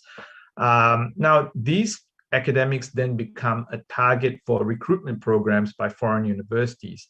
And this is not a new espionage strategy. This is a very old espionage strategy. One of the most damaging spy rings of all time, the Cambridge Five, they became Soviet spies because they were disillusioned with capitalism in the 1930s. So they were then targeted by the Soviet intelligence apparatus to flip over and become Soviet spies. And similarly, many higher-ranking Soviet officials became, you know, NATO or Western spies because they were disillusioned with communism, right? So this is not new. Targeting someone because they are ideologically frustrated is not a new strategy, right?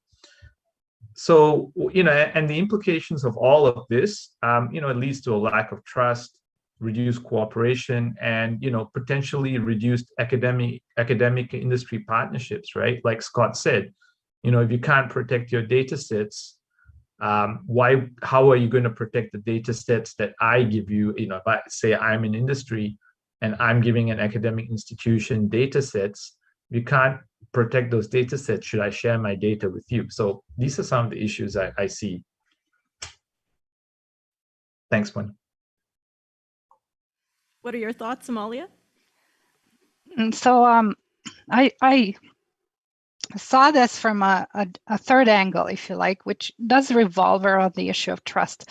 But for me, because I work with students, what I see is a dilution in the trust of authoritative sources. And that to me is a very big problem. you may look at it as a very isolated thing and go, oh, well, so what?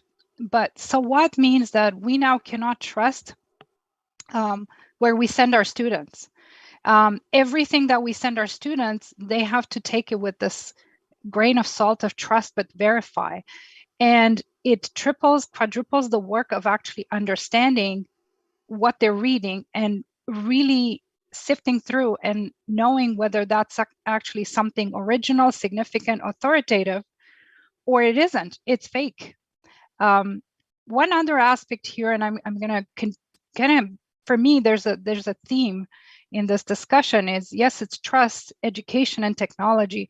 I think in academia, we have the most immature, and I'm being part of it, I can say that, but the most immature technical people in the industry, because that's not their focus. They're not there to understand technology. They are using technology as a means to an end. Great, thanks very much, Amalia. The next question I'd like to move on to is focusing on cyber risks. How have the latest developments in digital technology created new avenues for cyber espionage targeting both businesses and academia? And Scott, I'd like to start with you again. Great. So I'm going to argue that in the course of the last couple of years, the technology hasn't actually changed that much. There's a proliferation of those technologies. There are new applications to those technologies. There are more people using them in different ways. And that has increased the threat surface. Suddenly it's in the hands of people using it for things that it wasn't originally designed to be used for. And that's great. It's great for collaboration. It's great for allowing us, the pandemic has meant literally millions of people are now working remotely. But what does that remote work? What does the change in how those applications are being used allow for bad actors to suddenly take advantage of that? And there are multiple ways they are doing that. So, talked a little bit about spear phishing, and Ramesh talked about the idea that people are more vulnerable, not only from things like ransomware, which is kind of unique to itself, where, I'm going to lock your data and I'm going to make you pay me to get it back, which you probably won't now, because it used to be fairly well organized. They would negotiate with you and determine what your final price was going to be, and then they give you your data back. Except that you can buy the software to deal with ransomware now for maybe $100, and the people that are doing that really don't care. They just move on, take my money and move on, and you're never getting your data back. So there are things you need to do to protect yourself from that. But on the social engineering side, where they are collecting personal information and then coercing people to do other things to attack the larger, more valuable data sets, that's one of the worrisome things. But I think a perhaps more worrisome thing is we are relying on encryption across multiple platforms. Encryption for our banking, encryption for our mail, encryption for online commerce, encryption for just about everything. So if you're on a Microsoft or a Google platform and you're cloud computing, that's between you and those companies. It's encrypted. But there are countries now that are working on encryption in a way that we're not ready for yet. And we used to say, it's still 30 years away. Well, 5 years ago, we said, well, it's 15 years away. And then 3 years ago, we said, it's 5 years away. Now it's not. It's coming soon. And I think the reality that we need to be thinking about right now is how do we address quantum computers that can break conventional encryption in nanoseconds. It's not going to be our problem solver anymore. We need a new approach. Thanks, Scott. And I think that your comment is particularly timely, given that the timeline surprises we're seeing, whether it's hypersonic weapon systems, or if it's the timelines for development of quantum computing or asymmetric uses playing into that. is going to be something we're going to have to deal with on a wider basis. Amalia, I know you were working as well on how academia is using business tools in a different way or an asymmetric manner. Can you comment on that? Yeah, absolutely. So I come from the industry. I've worked in the industry my entire life, and then in the past 6 years, I decided to also teach. So I see how academia kind of embraces, if you like, the struggles of that are business grade, and because the business industry has been at it for a lot longer, they figured out some of the quirks. They figured out how to implement these business grade tools, change management, project management, getting them to be fit for purpose. And what I have seen, especially with the pandemic, is that academia was pushed into an absolutely new territory where they had to implement tools that they have not touched before. Their tools that they had were very much specific for how students work, or how students work with the schools, the universities. And then all of a sudden, those tools weren't good anymore. So they now are embracing business grade tools. And one example is video conferencing tools. And the problem is they have not had time to do proper risk reviews. They have not had time to do proper change management assessments and put them in place in a way that they actually understand the risks that are specific to academia. So that's one issue that I see happening. The other issue, which Scott was alluding to earlier, is academia's need to work with the industry and having to share information or have some channels where they can share information. And what we see a lot of the time, so let's just go back to my earlier point, IT and IT security is not their focus. Their focus is academic research, knowledge, teaching students, discovering things, etc., participating in the society in a different way. And they will likely use unsecured channels. They won't even know that they're unsecured. They will likely use a new technology without knowing there are settings that are privacy and security protective, therefore exposing themselves to risk, to social engineering, to many, many other risks out there. Thanks, Amalia. Ramesh, what do you think? How can we protect ourselves? With the asymmetric challenges and that you're seeing in light of what Scott and Amalia have said.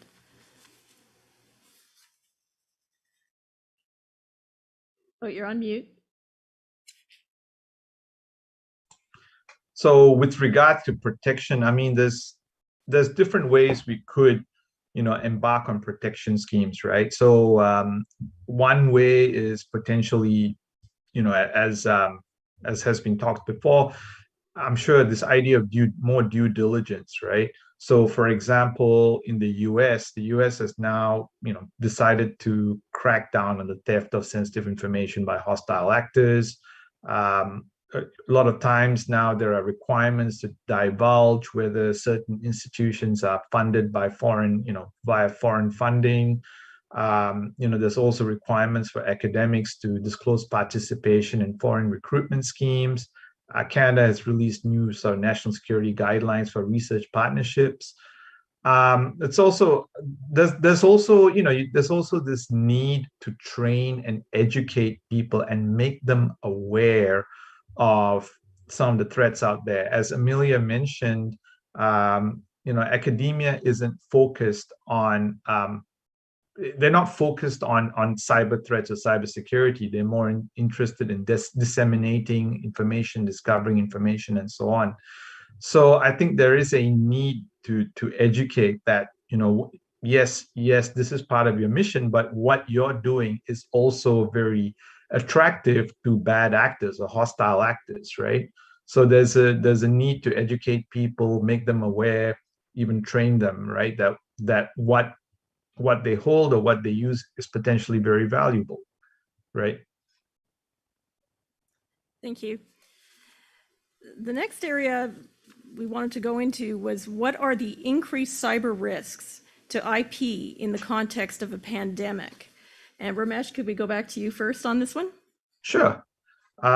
So with regard to increased cyber risk to IP in the context of a pandemic, the big one is obviously the attempts to steal IP around vaccine and medical technology improvements to either combat or reduce COVID. Hostile state actors, other actors have been trying to steal COVID data to speed up their own efforts, or maybe even potentially try to discredit what's being done elsewhere, right? Like Amelia talked about, there's this issue of distrust. While some state actors have been trying to steal data and then embark on disinformation campaigns so as to discredit, vaccines that were created, in countries that they may not like, right? So this is a big part of the increased cyber risk to IP, right, during the pandemic. Thanks, man. Thanks, Ramesh. Scott, your thoughts? So I think the pandemic revealed both blessings and some curses to the ability to collaborate. So I mentioned earlier how people are spending more time across multiple platforms, sharing information, and that enable us to develop a vaccine in absolute record time. I think that's fantastic. But it also exposed those vulnerabilities, and one that we don't really talk about very much because don't know if it's actually happened, but it's certainly a possibility. The opposite of stealing IP to benefit from it is stealing IP to weaponize it. And what happens if one of those state actors who has paid some criminal to hack into a system, collect that information, and then reinsert something that is inaccurate or could be dangerous to the health of a population, and use that as a way of waging war? That's definitely a possibility, and it's something that we need to consider. Thank you. Amalia?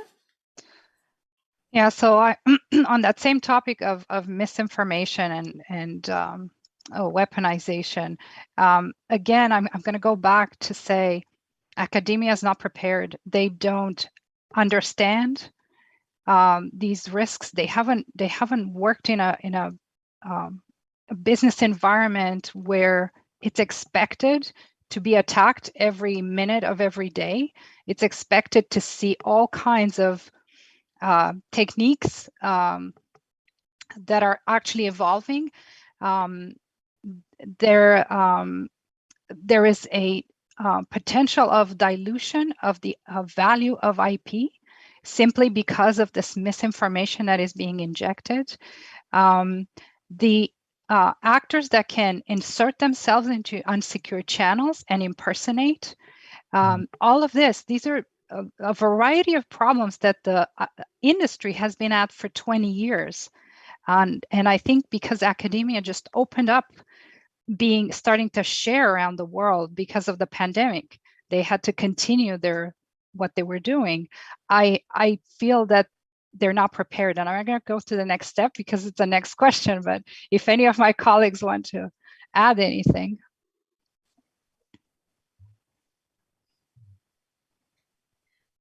I'll add something as moderator. I had a conversation with a hard scientist a few years back, and we were talking about some research that could have national security implications. And she was just completely disinterested. She said, I'm a hard scientist. I don't deal with national security. This is not of interest to me. They keep everything secret and they don't need to. And I was quite surprised at the divide, even on the same research and subject matter, of how academics look at these kinds of contexts or problems and how to attack that. I don't know if any of you have had a similar kind of experience. So I come from a business background. I've worked in the not-for-profit sector, but always in trade associations. So I've dealt with literally thousands of businesses. And the key for most businesses is their bottom line.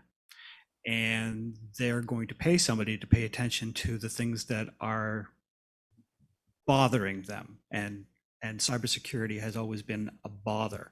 You're starting to see a shift now in the corporate world of integrating IT and cybersecurity into the central planning or the C-suite of those businesses.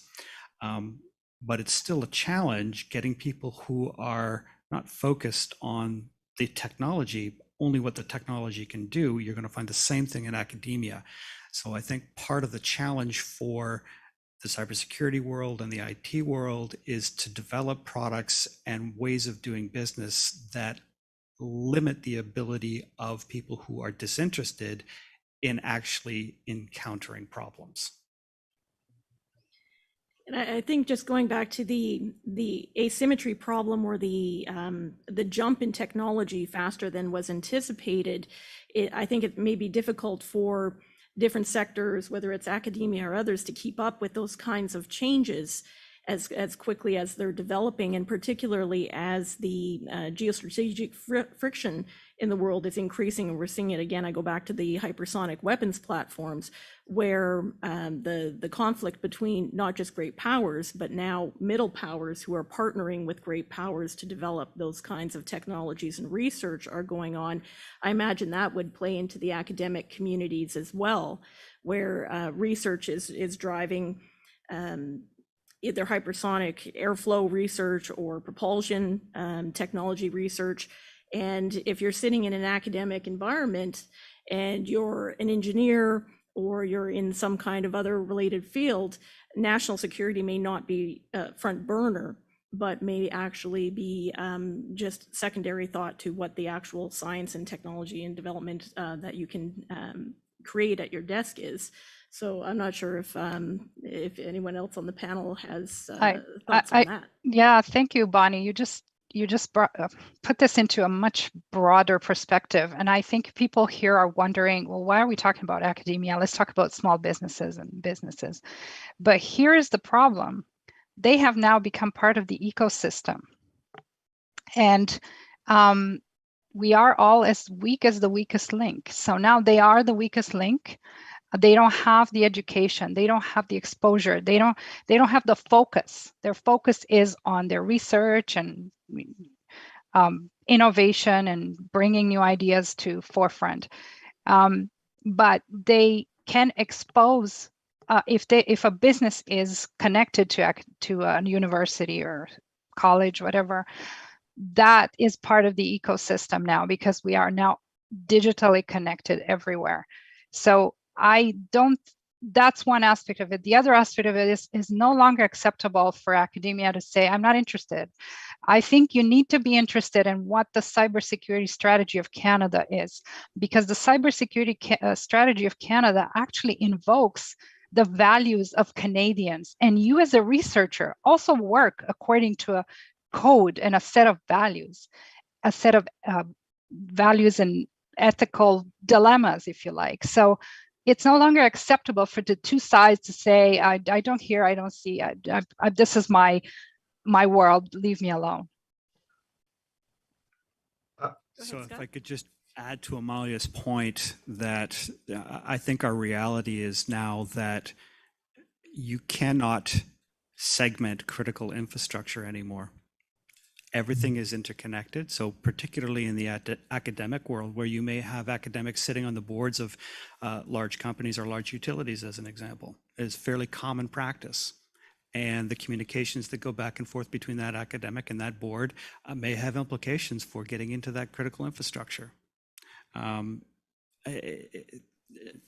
Again, the reality is, for most people, keeping up with that technology is a challenge. So I'll give you the example of passwords and authentication. it used to be you could have sort of half a dozen passwords and that would solve your problem. Well, you moved into 50 or 60 passwords for basically everything you sign up for online. Okay, well the advice now is to use a password manager. Except that now there are so many places you need a password for, and they make you change it so many times. Keeping up with your password manager is almost impossible now.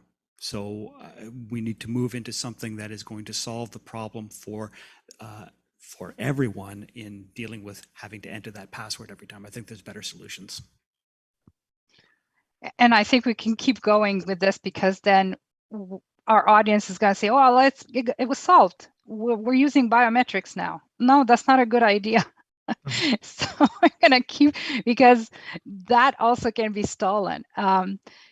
Board members are constantly targeted through social engineering. So if you're an academic and you discuss with boards and you're the weakest link, you've just given the bad actors another in that they didn't have before. And I just want to add another point to that. It's going back to Bonnie about your point about advanced technology. David Vigneault, who's the director of CSIS, made a speech in February of 2021, made a very interesting point. A lot of Canada's advanced technology industries are actually being pursued in the academic environment and small startups, right? So, it's on academics have to realize that, yeah, they're doing something that's advanced and might be, very advanced and very focused, but this could be the industry of tomorrow, right? And they are going to be the focus. They're going to be the point. And, if hostile actors see them as the weakest link, they're going to come after the academics, right? So just like what Amelia said, I think there's almost a responsibility, or there is a responsibility on the academics to sort of wake up and realize the implications of what they're doing. They can't just say, oh, I'm just doing, AI research. Why would anyone care about what I'm doing? No, what you're doing is potentially very important, and it can be used, in a variety of ways. So it's time for you to wake up and realize, and maybe that there is a need to protect your data sets. Maybe the way your AI model is set up, somebody can employ an inversion attack whereby they can actually start reverse engineering the data set, just looking at the way your AI model behaves, right? So these are the sorts of things academics have to start thinking about. They are a target, and academics have to wake up to this. Thanks, Ramesh. And I think, like we heard in the first panel as well, it's hard to come to that understanding alone or in isolation that there does need to be information sharing about, what does it matter if somebody's doing something in a different sector or uploading an update in the Ukraine? What does it mean for me? And all of those connections along the way are not necessarily clear. And so that may be a job ahead to find a way to bring academia into more of this discussion. I'd like to move on to the next question. What solutions do you suggest in fixing those vulnerabilities within academia? And Scott, we'll go to you first. Okay, well, I don't think academia is any different than business in terms of the things that they need to do: physical security, data security, access and authentication, network design and mapping, central oversight, and education and awareness of all the people that are tied into that system. But I'd like to concentrate on a couple of those things, if I may. First is data security, and I think you can segment data security from network security. Network, I think most people have realized it's next to impossible to build a wall and keep everybody out. So the same as in the Middle Ages, they built walls and somebody just lobbed things over top of them. That's what's happening in cybersecurity now. Things are just, they get in. So, all right, what do you do with them once they're in? How do you make your data inaccessible? So you take the data equation out and you use other authentication methods to be able to access that data. So sure, you can be on the network, but the only way to get that data is using some other form of authentication. So for example, Amalia had a criticism of biometrics, and most biometrics, yeah, that's accurate. It's fairly easy to spoof a fingerprint or to spoof an iris scan. It's far more difficult to spoof behavioral biometrics. It basically can't be done. So there are a few companies now that have come up with ways of measuring these behavioral biometrics in a way that it basically cannot be hacked, or at least it can't right now.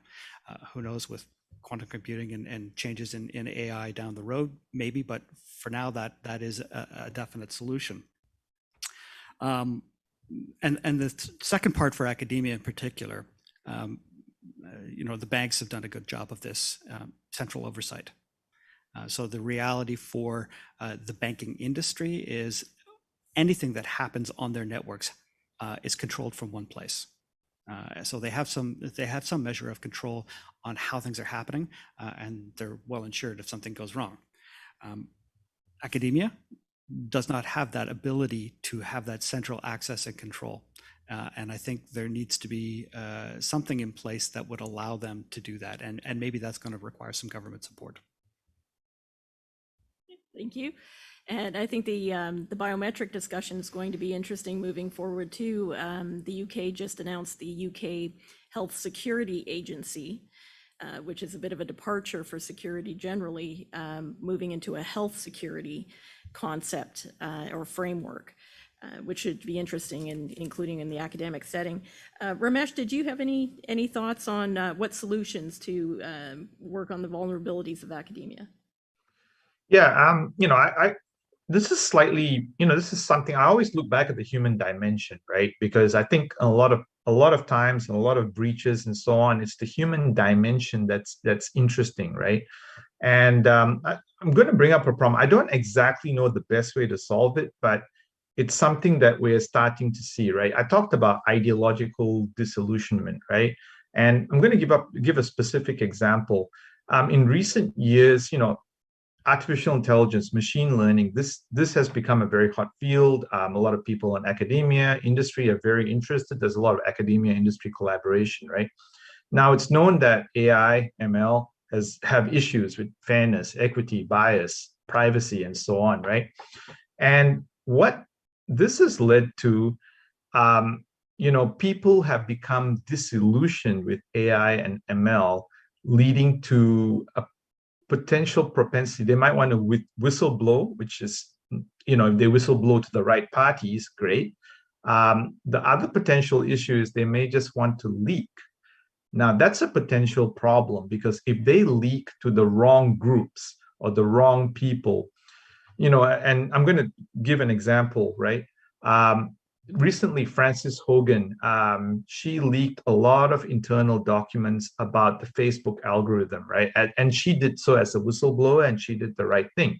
However, could someone who is disillusioned open up and leak documents to the wrong people, to the wrong group, somebody who's posing as, someone, a trusted third party, but is really an adversary, right? Or even somebody who's disillusioned could open up and leak internal documents to a hacktivist group, like, for example, WikiLeaks, right?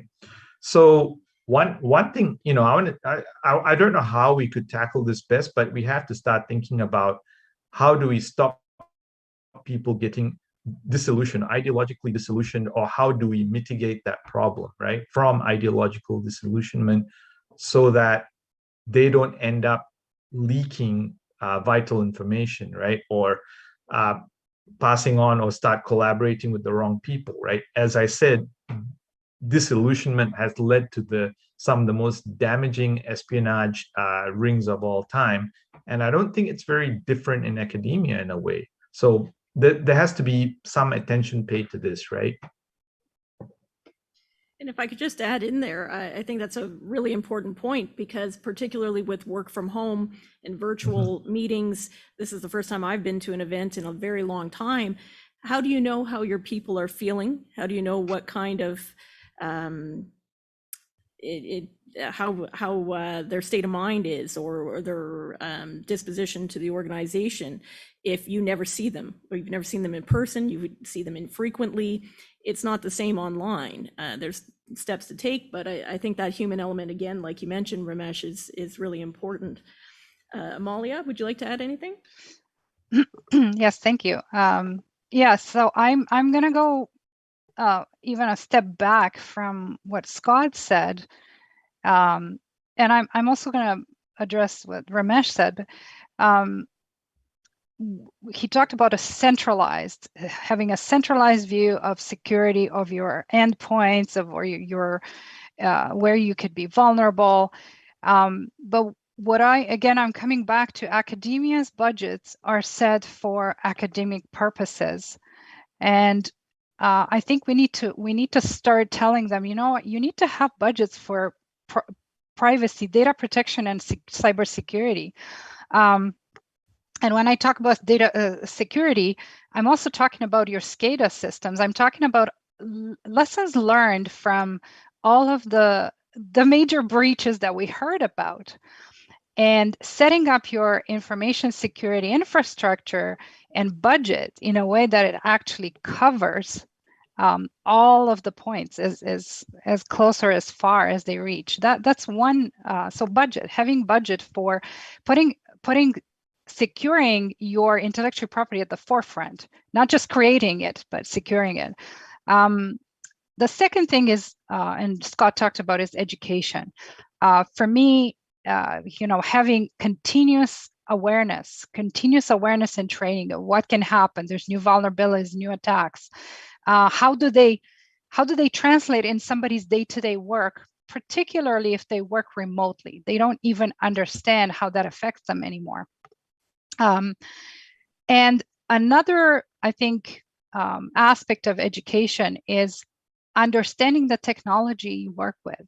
I see that, I'm sorry to have to say, in a lot of government agencies, that staff comes in, they're new, they haven't worked, they're not trained on the use of technology. Doesn't matter what technology, and by not being trained, they actually are putting everyone at risk, because they will use something in the wrong way.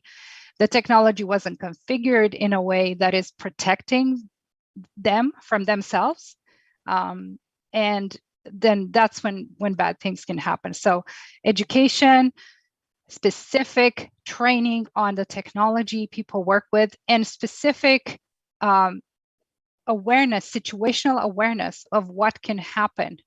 I think those budgets have to increase, especially for academia, quite a bit. Ramesh talked about this disillusionment and not knowing, and you, Bonnie, said not knowing what people experience at home, and maybe they're influenced by something they read in their spare time. So I'm going to go back and say education. We have to really be able to reach people in a way that they understand that they clicked on something, and there is a consequence after that, and they need to start understanding that these things are happening all the time, and they have to be vigilant. Thanks. I think that's really important, again, and it goes back to this idea of how do we get everybody aware of the risks that are going on. I mean, I think a lot of people see the coverage of the end of the war in Afghanistan, and you see the French military reducing their presence in the Sahel. And a lot of people, when you see these headlines, may think, well, it's done and we're in relatively peacetime now. But at the same time, not only are Russia and China and even the US military going to a more persistent state of vigilance and friction, and using doctrines and approaches that are more persistent warfare, but at a very low level, or using espionage and other platforms and methods that will keep the conflict going, yet the public may think that it's peacetime. And that has shifted, and I'm not sure that this is even being discussed in most areas, particularly in academia. We do have some time left, and I like to, when we have time left on the panel, ask, I like to call it the wild card question. U.S. Secretary of Defense Robert S. McNamara used to say, never answer the question you've been asked, answer the question you wish you had been asked. And so I'd like to ask each one of you, is there something we have not covered that is critical to this discussion, or what is the question you wish you had been asked? And I'll leave it open to anyone. Scott?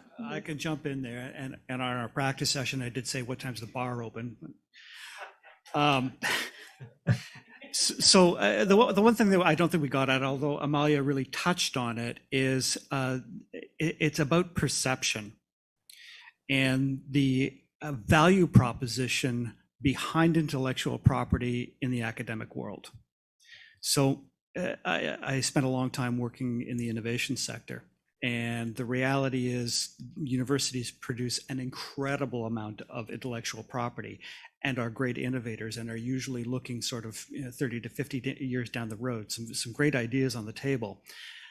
But the value proposition for them is not to commercialize that intellectual property. The value proposition is to publish and to have citations. That's how they advance in their careers. That perception means that information that, all of the, if you patent something, it's public information anyway. So what's in the patent is kind of irrelevant to this discussion. What's not in that patent, the secret sauce, and how all of that information was collected and assembled, and the experimental design, and that's the important stuff that we're talking about here. That data is what is valuable to the bad actors. And the perception in academia is, well, that's just the background work that I did to be able to publish. Of course I want to share that. We have a perception issue, and we need to be able to change that perception to recognize the inherent value as a national security issue. Thanks. I would like to add one piece to that, and it has to do with what we're seeing internationally with the academic community, is that the academic community in many areas, particularly in security or cybersecurity, are feeling more isolated and siloed off than ever, and especially from the people, the practitioners who are doing the work in cybersecurity or other areas of security as well. And so while their research is moving ahead, it's not really in sync with what the trends or the needs are on the ground. And it's difficult to keep that matched as the technology and the developments are changing so quickly. But I'd like to turn back to Amalia or Ramesh on what is the question you'd like to answer? I can go, I guess. So one question I wanted to add, and I did this in the dry run as well, but I think it's important for people to realize. The question I wish I'd been asked is around the economic implications of cyber espionage, right? As I mentioned, Director of CSIS talked about how advanced industries, these are under the greatest threats, right? These are facing the greatest threats because a lot of the work has been done in academia. Like Scott said, they're looking 30 to 50 years down the line. So a lot of the work has been done in academia, small startups, which may be not really ready to handle cybersecurity threats, right? And these represent important areas. However, I think it's also worthwhile to sort of start, I wish there was more research on the impact, on actually quantifying some of the impacts of this, right? And as an example, the Center for Responsible Trade, Enterprise and Trade, in collaboration with PricewaterhouseCoopers, did a study in 2014 on the economic implications of loss of trade secrets, which is a form of IP theft, right? They estimated a loss of around 1 to 3% of GDP for advanced economies, right? Nicholas Searle, who's one of the foremost researchers on the economic value of trade secrets, mentioned that innovative firms are heavier users of trade secrets than non-innovative firms, right? Which we accept because we would expect because what Scott said, right? It's not, the patent's public domain, but it's really that secret sauce, those trade secrets, right? In fact, in the recent, a good example of this was over the whole vaccine patent argument, right? One of the arguments that was brought up was, it's not really the patents that are important, it's the trade secrets that are really important to produce the vaccines and so on, right? And this is the same, right? It's the trade secrets that typically end up being more important in a lot of advanced technologies, right? So I'd like to see more discussions about, okay, how do we quantify the economic impact? What are the economic impacts? How do we quantify the economic impacts? It's not going to be easy. It's going to be challenging, but I think this is something we need to talk about more, right?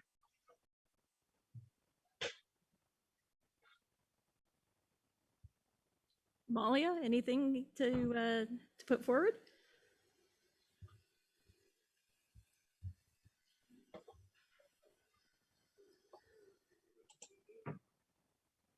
She's muted. Oh. Yes, I don't know. So the control was set on mute. Yeah. So I was trying to formulate the question that I wanted to ask, but I think instead I'm just going to say something that may be very practical, and then maybe I'll formulate the question.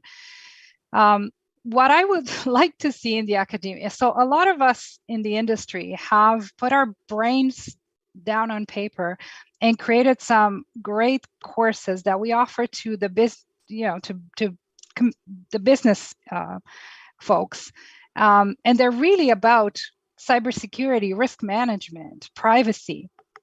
And what I'd like to see, my dream is, I'd like everyone in the academia to take these courses. And I'm not saying that to just, increase the numbers of my students, but what I'm saying is I find that when we every once in a while get someone from a technical team or someone from the university taking our courses, they are completely unprepared and blown away, which tells me that the level of unmaturity, because I don't want to call anyone immature, but unmaturity that everyone is. And so Scott talked about centralizing. Well, we need to centralize the knowledge. We need to take people at the highest levels in the academia, the deans, and put them through some risk and threat scenarios and workshops, because that's the only way they understand how that directly impacts the value of their intellectual property. That's a great point, Amalia, that it has to go a little bit beyond just taking a course, but actually exercising that or doing the tabletop type activity with it too, because it is that complex. I think that's an excellent point as well. So with that, anybody else have any last thoughts? If not, we can open it for, Ramesh, did you have? Yeah, I just had a quick point, and maybe this is something that you might, it's starting to be done, but I think there might be even more room for it, right? As is well known from behavioral economics, people tend to react, unfortunately, people react better to penalties or the stick rather than the carrot, right? So maybe one way, and I'm just putting this out there for people to think about, but maybe one way to get people thinking about cybersecurity is to say, okay, in a grant proposal, and we're seeing this with, I think NSERC is starting to do this, but in a grant proposal, what, does a cybersecurity yes or no, right? Pass or fail, go, no go, right? Is your cybersecurity good enough before you get this grant? Right, something like that, because that's the only way. I mean, unfortunately, I have to say this is one of the few ways that academics are going to wake up to the importance of cybersecurity. If your cybersecurity is not good enough, you're not getting this grant funding, right? So now people tend to react to that potential penalty by waking up and saying, okay, maybe grudgingly, but even if it's grudgingly, it's a start, right? At least waking up and realizing that people have to do something about that cybersecurity, right? Their cybersecurity. Which is a great point, because we are also starting to see some changes in legislation or behavior. For example, Russia is now installing black boxes onto internet providers to filter what's going to the receiving end. Or even in the UK, the new Human Intelligence Act that came out that allows for additional powers and activity to look into this, or even the Countering State Threats Bill that has recently come through. So there is some action, but it's not really joined up necessarily with the academic community yet. But with that, could we open the floor to questions? Well, thank you. That was That was distressing. And so I think we do need to get, I think we do need to get the drinks as quickly as possible. But I'll pile on and just get you to react to this, because I think actually there's sort of an underselling of how bad it is. So I want to go back to Amalia's point right off the bat about this loss of trust, right, of expertise. So one of the value propositions of higher education is expertise. Right, so we can generate all the IP we want, but if ultimately it's not trusted, right? So I'm from the University of Cincinnati. Albert Sabin developed the oral polio vaccine at our university, right? Wiped out polio because no one doubted that once that thing was discovered, we should take it, right? And when you use the term weaponized, right, and you came up with a very sophisticated cyber operation that would manipulate a vaccine and kill a whole bunch of people. Well, I've used cyber-enabled, I haven't, right? But people have used cyber-enabled operations to sow doubt and expertise. We've had hundreds of thousands of people die because they won't take a vaccine, right? So how do you solve, back to Amalia's opening observation, this decline in a trust and expertise as part of the value add, Scott, that you've been talking about in terms of academic research? Thank you. So I can start that, seeing as we talked about the weaponization, and I think we have to depoliticize some of the academic world. A lot of the challenges that you're seeing are, you've got politicians for partisan reasons pointing to research of or credentials of academics that aren't necessarily qualified to even comment on. So you've got, yes, doctors, but they're not immunologists, so don't have a clue about what they're talking about, yet they're pronouncing on the value of that vaccine. So we used to rely on peer-reviewed journals as the only source for academic value, and now we rely on the internet. So I think there needs to be a sort of a walk back of creating some online tool that will source what those academic journals are, what the real information is in plain English, so the average person can go look at it, and eliminate a lot of the noise out there about information that actually is not valuable. It's not done in an academically sound way. So, I'll point to a study that came out of Australia claiming that the Pfizer vaccine had a high content of graphene. And graphene it's a delivery mechanism for vaccines, but the efficacy is not 100% proven right now, and the toxicity is not 100% proven. Well, that Australia group that looked at it didn't have a provenance for the Pfizer vaccine. They only had one sample, and then went ahead and published their information. It's not scientifically valid. You can't do that. But there are literally millions of people around the world that are paying attention to that. That's a problem. If I could just add there, I think, and this is something we've looked at internationally as well, is how do you get that divide between academia and the boots on the ground, and now at this piece, the trust of who do you believe, and what academics and what academic publications are you believing, even if they are peer reviewed. And that seems to be a bit of a problem. And the irony of it is that a lot of the journals were not publicly available anymore because of IP concerns. You can't run a journal if nobody pays for it. And so they became less and less and less accessible. And as the budgets for, like as mentioned here, the budgets for universities are fixed. And if you don't have the budgets to buy all the journals, and now with the development and the international students, you're seeing publications in so many languages, but those academic journals are not necessarily being translated. And so the research that's happening, again, in South Korea, very difficult to access when it's not in English, and there's very little translation in there. So an interesting problem there to deal with.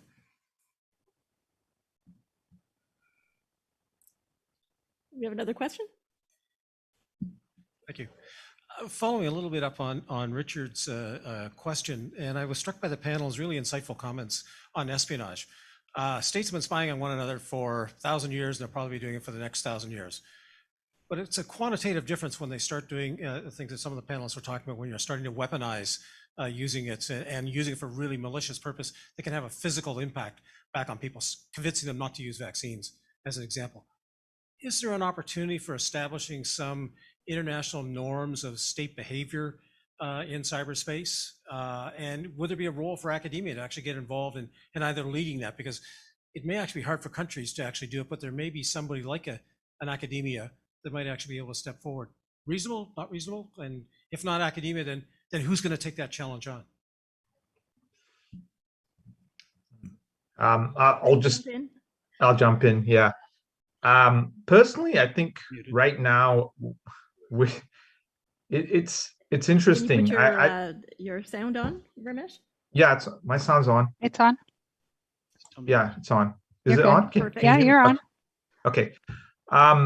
It's interesting because we've had a similar discussion in IPCC right now about I had a discussion with one of the board members of IPCC about this, right?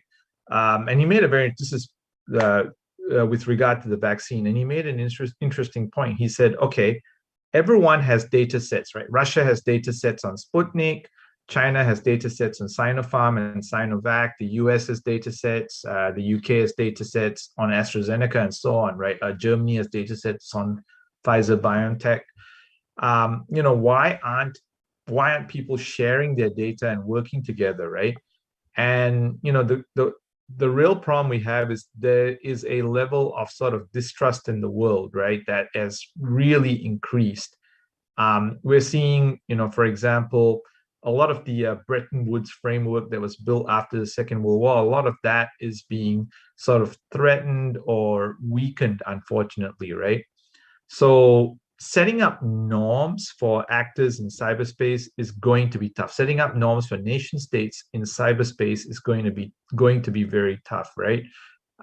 That's my personal feeling. Now, I could be wrong, but as long as people think, oh, cyber is this place that I can use this to get an edge over my adversary, and they see the sort of benefit from adversarial behavior rather than cooperative behavior, I have a feeling it's going to be tough, but that's my opinion. I might be proven wrong.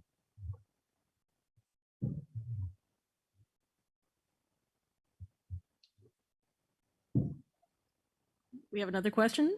Sure. I may be putting you on the spot, Bonnie, but is Canada doing enough from a legislation perspective? Or do we need the mandatory minimums for academics who, put Canadians in harm's way through, like, how do we disincentivize that behavior when you've got state actors who are, are the current laws that are on the books enough to disincentivize bad behavior?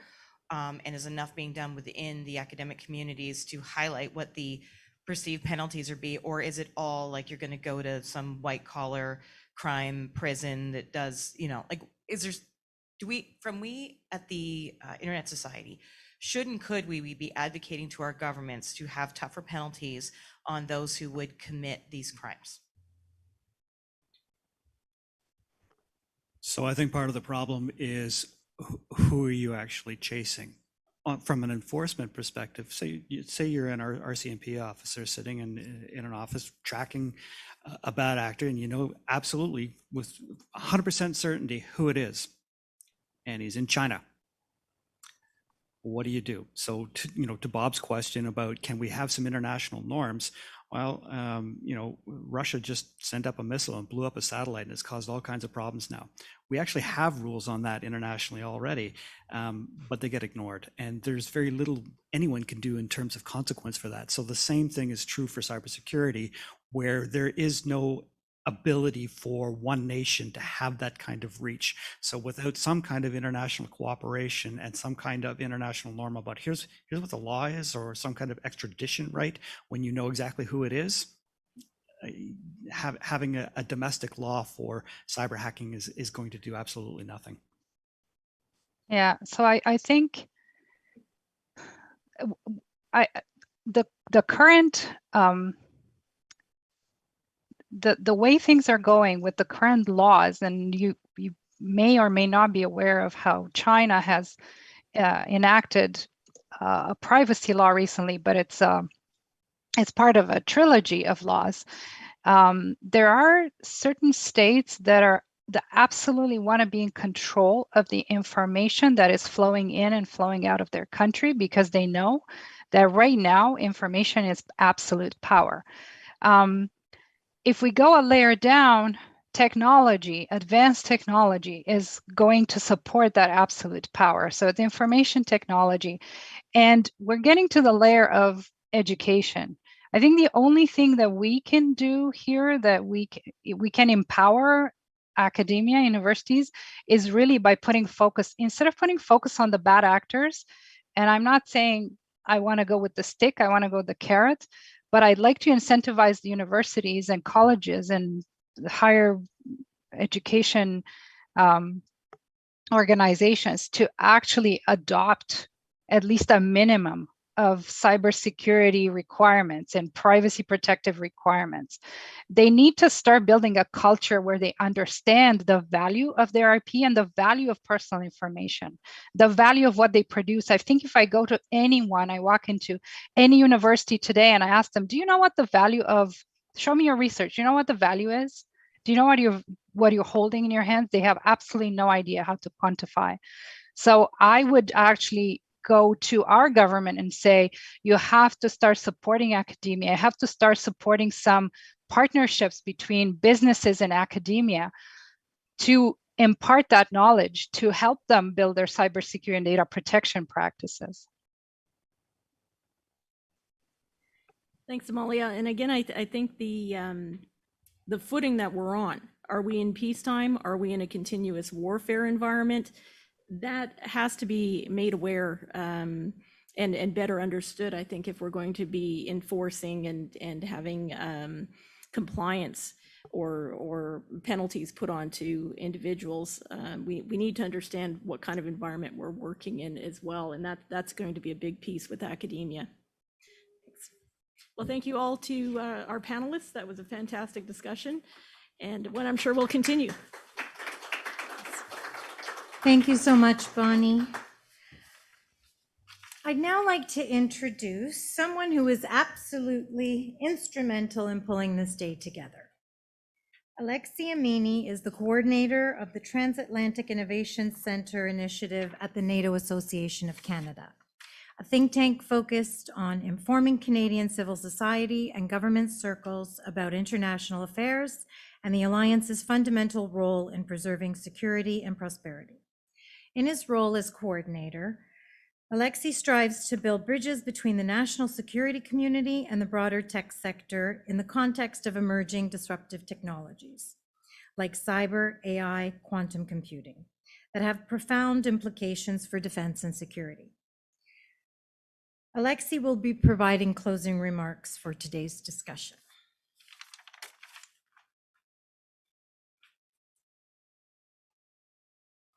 Thanks a lot, Franca, for the kind introduction. So today it was pretty packed and dense, like all the presentations by the speakers. So basically, to give a tour d'horizon, an overview of what was said, and like a common thread, is that on the first panel, it was on protecting critical infrastructure and businesses from cyber hacks. It was really driving the point home that within the Canadian context, there's been like a 28% increase in cyber hacks since the start of the pandemic. We have a commercialization of cyber criminality with ransomware, also state actors getting involved more and more, and this confluence between state actors and non-state actors, criminal actors, therefore providing the case for plausible deniability. And on the case of state actors, it was mentioned that they're using cyber hacks as part of asymmetric warfare, and it's basically the equivalent of, is the 21st century equivalent of World War II strategic bombing, where you're denying a state the ability to wage war. And of course, there was this question that in this geopolitical context, businesses, they must realize that they're trying to make a profit in a very strategic and competitive environment. And they need to keep this in mind and be instilled with a culture of risk. And then the conversation went through on the topic of how the private sector can protect itself against those cyber hacks. So the point was raised of integrating basically within the business units, like the cybersecurity team, it must be talking to the different business units. Also, this idea of a mind shift change within businesses that like they're now data firms. And so data can be of extreme value to you, but it can be turned against you. And not just be preoccupied by your data, but also the data of your customers, your partners, and so on, because everything is interconnected now. And then regarding the collaboration between the state and the business world, it was really important to raise the point that partnerships, they don't work because businesses and the state, they have divergent interests. Businesses are here to make a profit, whereas the state is here to ensure national security. So the term of alignment is much more appropriate. And so there are different models. There's the British model with the cybersecurity center, which is very centralized. Then there's the US model, which is more disaggregated. And as for Canada, it's like a hybrid, a mix between both. So we'll see what works and what doesn't. And then, of course, the question of sharing actionable intelligence with businesses as well as best practices. And this is very valuable, especially for small and medium businesses who are very interested to know how does that work. And then, of course, there were challenges involved in that state-private partnership. The key one is trust. We have a lot to do in that field. And then, of course, on the question of cyber deterrence, it's more a question of persistent engagement, and the private sector has a role to play within the national cyber security strategy. And then on the second panel, where more specifically with regards to IP theft in academia and cyber espionage, we mentioned the economics of universities, of this idea of model of dissemination. So basically, like sharing knowledge is really like their raison d'être. Cybersecurity is really like a secondary concern. And also the fact that in universities, it's very like siloed, like decentralized. And plus there's the human dimension involved where certain people within academia, whether they're students or professors, they have some ideological biases, but also they might be encouraged to share IP due to material concerns because they didn't get a grant. So a foreign country comes in and say, here go money for your research. In exchange, I'd like to have access to this IP. And also the question of the dilution of IP within academia, which is supposed to be very authoritative. Now, the fact that academics, they need to check IP constantly to see if it's a reliable source, that is a lingering question that we'll have to deal with in the years to come.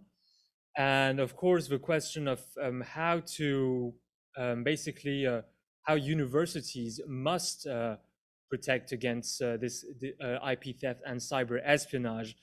We mentioned like due diligence, especially like private grants, like the company that is providing us that grant. Is there like a potential, like an objective in the back of the mind if it's a Chinese company or so on?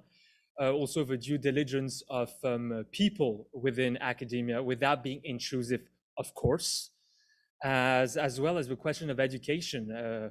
As it was mentioned many times, those academics, there's a not immaturity, but unmaturity about technology. They're using business grade tools, which can like be weaponized and used for like social engineering and so on. So there needs to be education among students on the do's and don'ts, academics, as well as admins. And on that note, I'll yield once again the floor to Franca. Thank you, Alexis. And I just want to say thank you to all of our wonderful speakers for sharing their time and expertise. Again, I'd like to thank the U.S. Embassy for their partnership and support of this project. Thank you to the British High Commission for this wonderful venue and for the networking event that I'm sure the in-person attendees would like to get to very quickly. So thank you to all of you who have joined us today. Bar's open.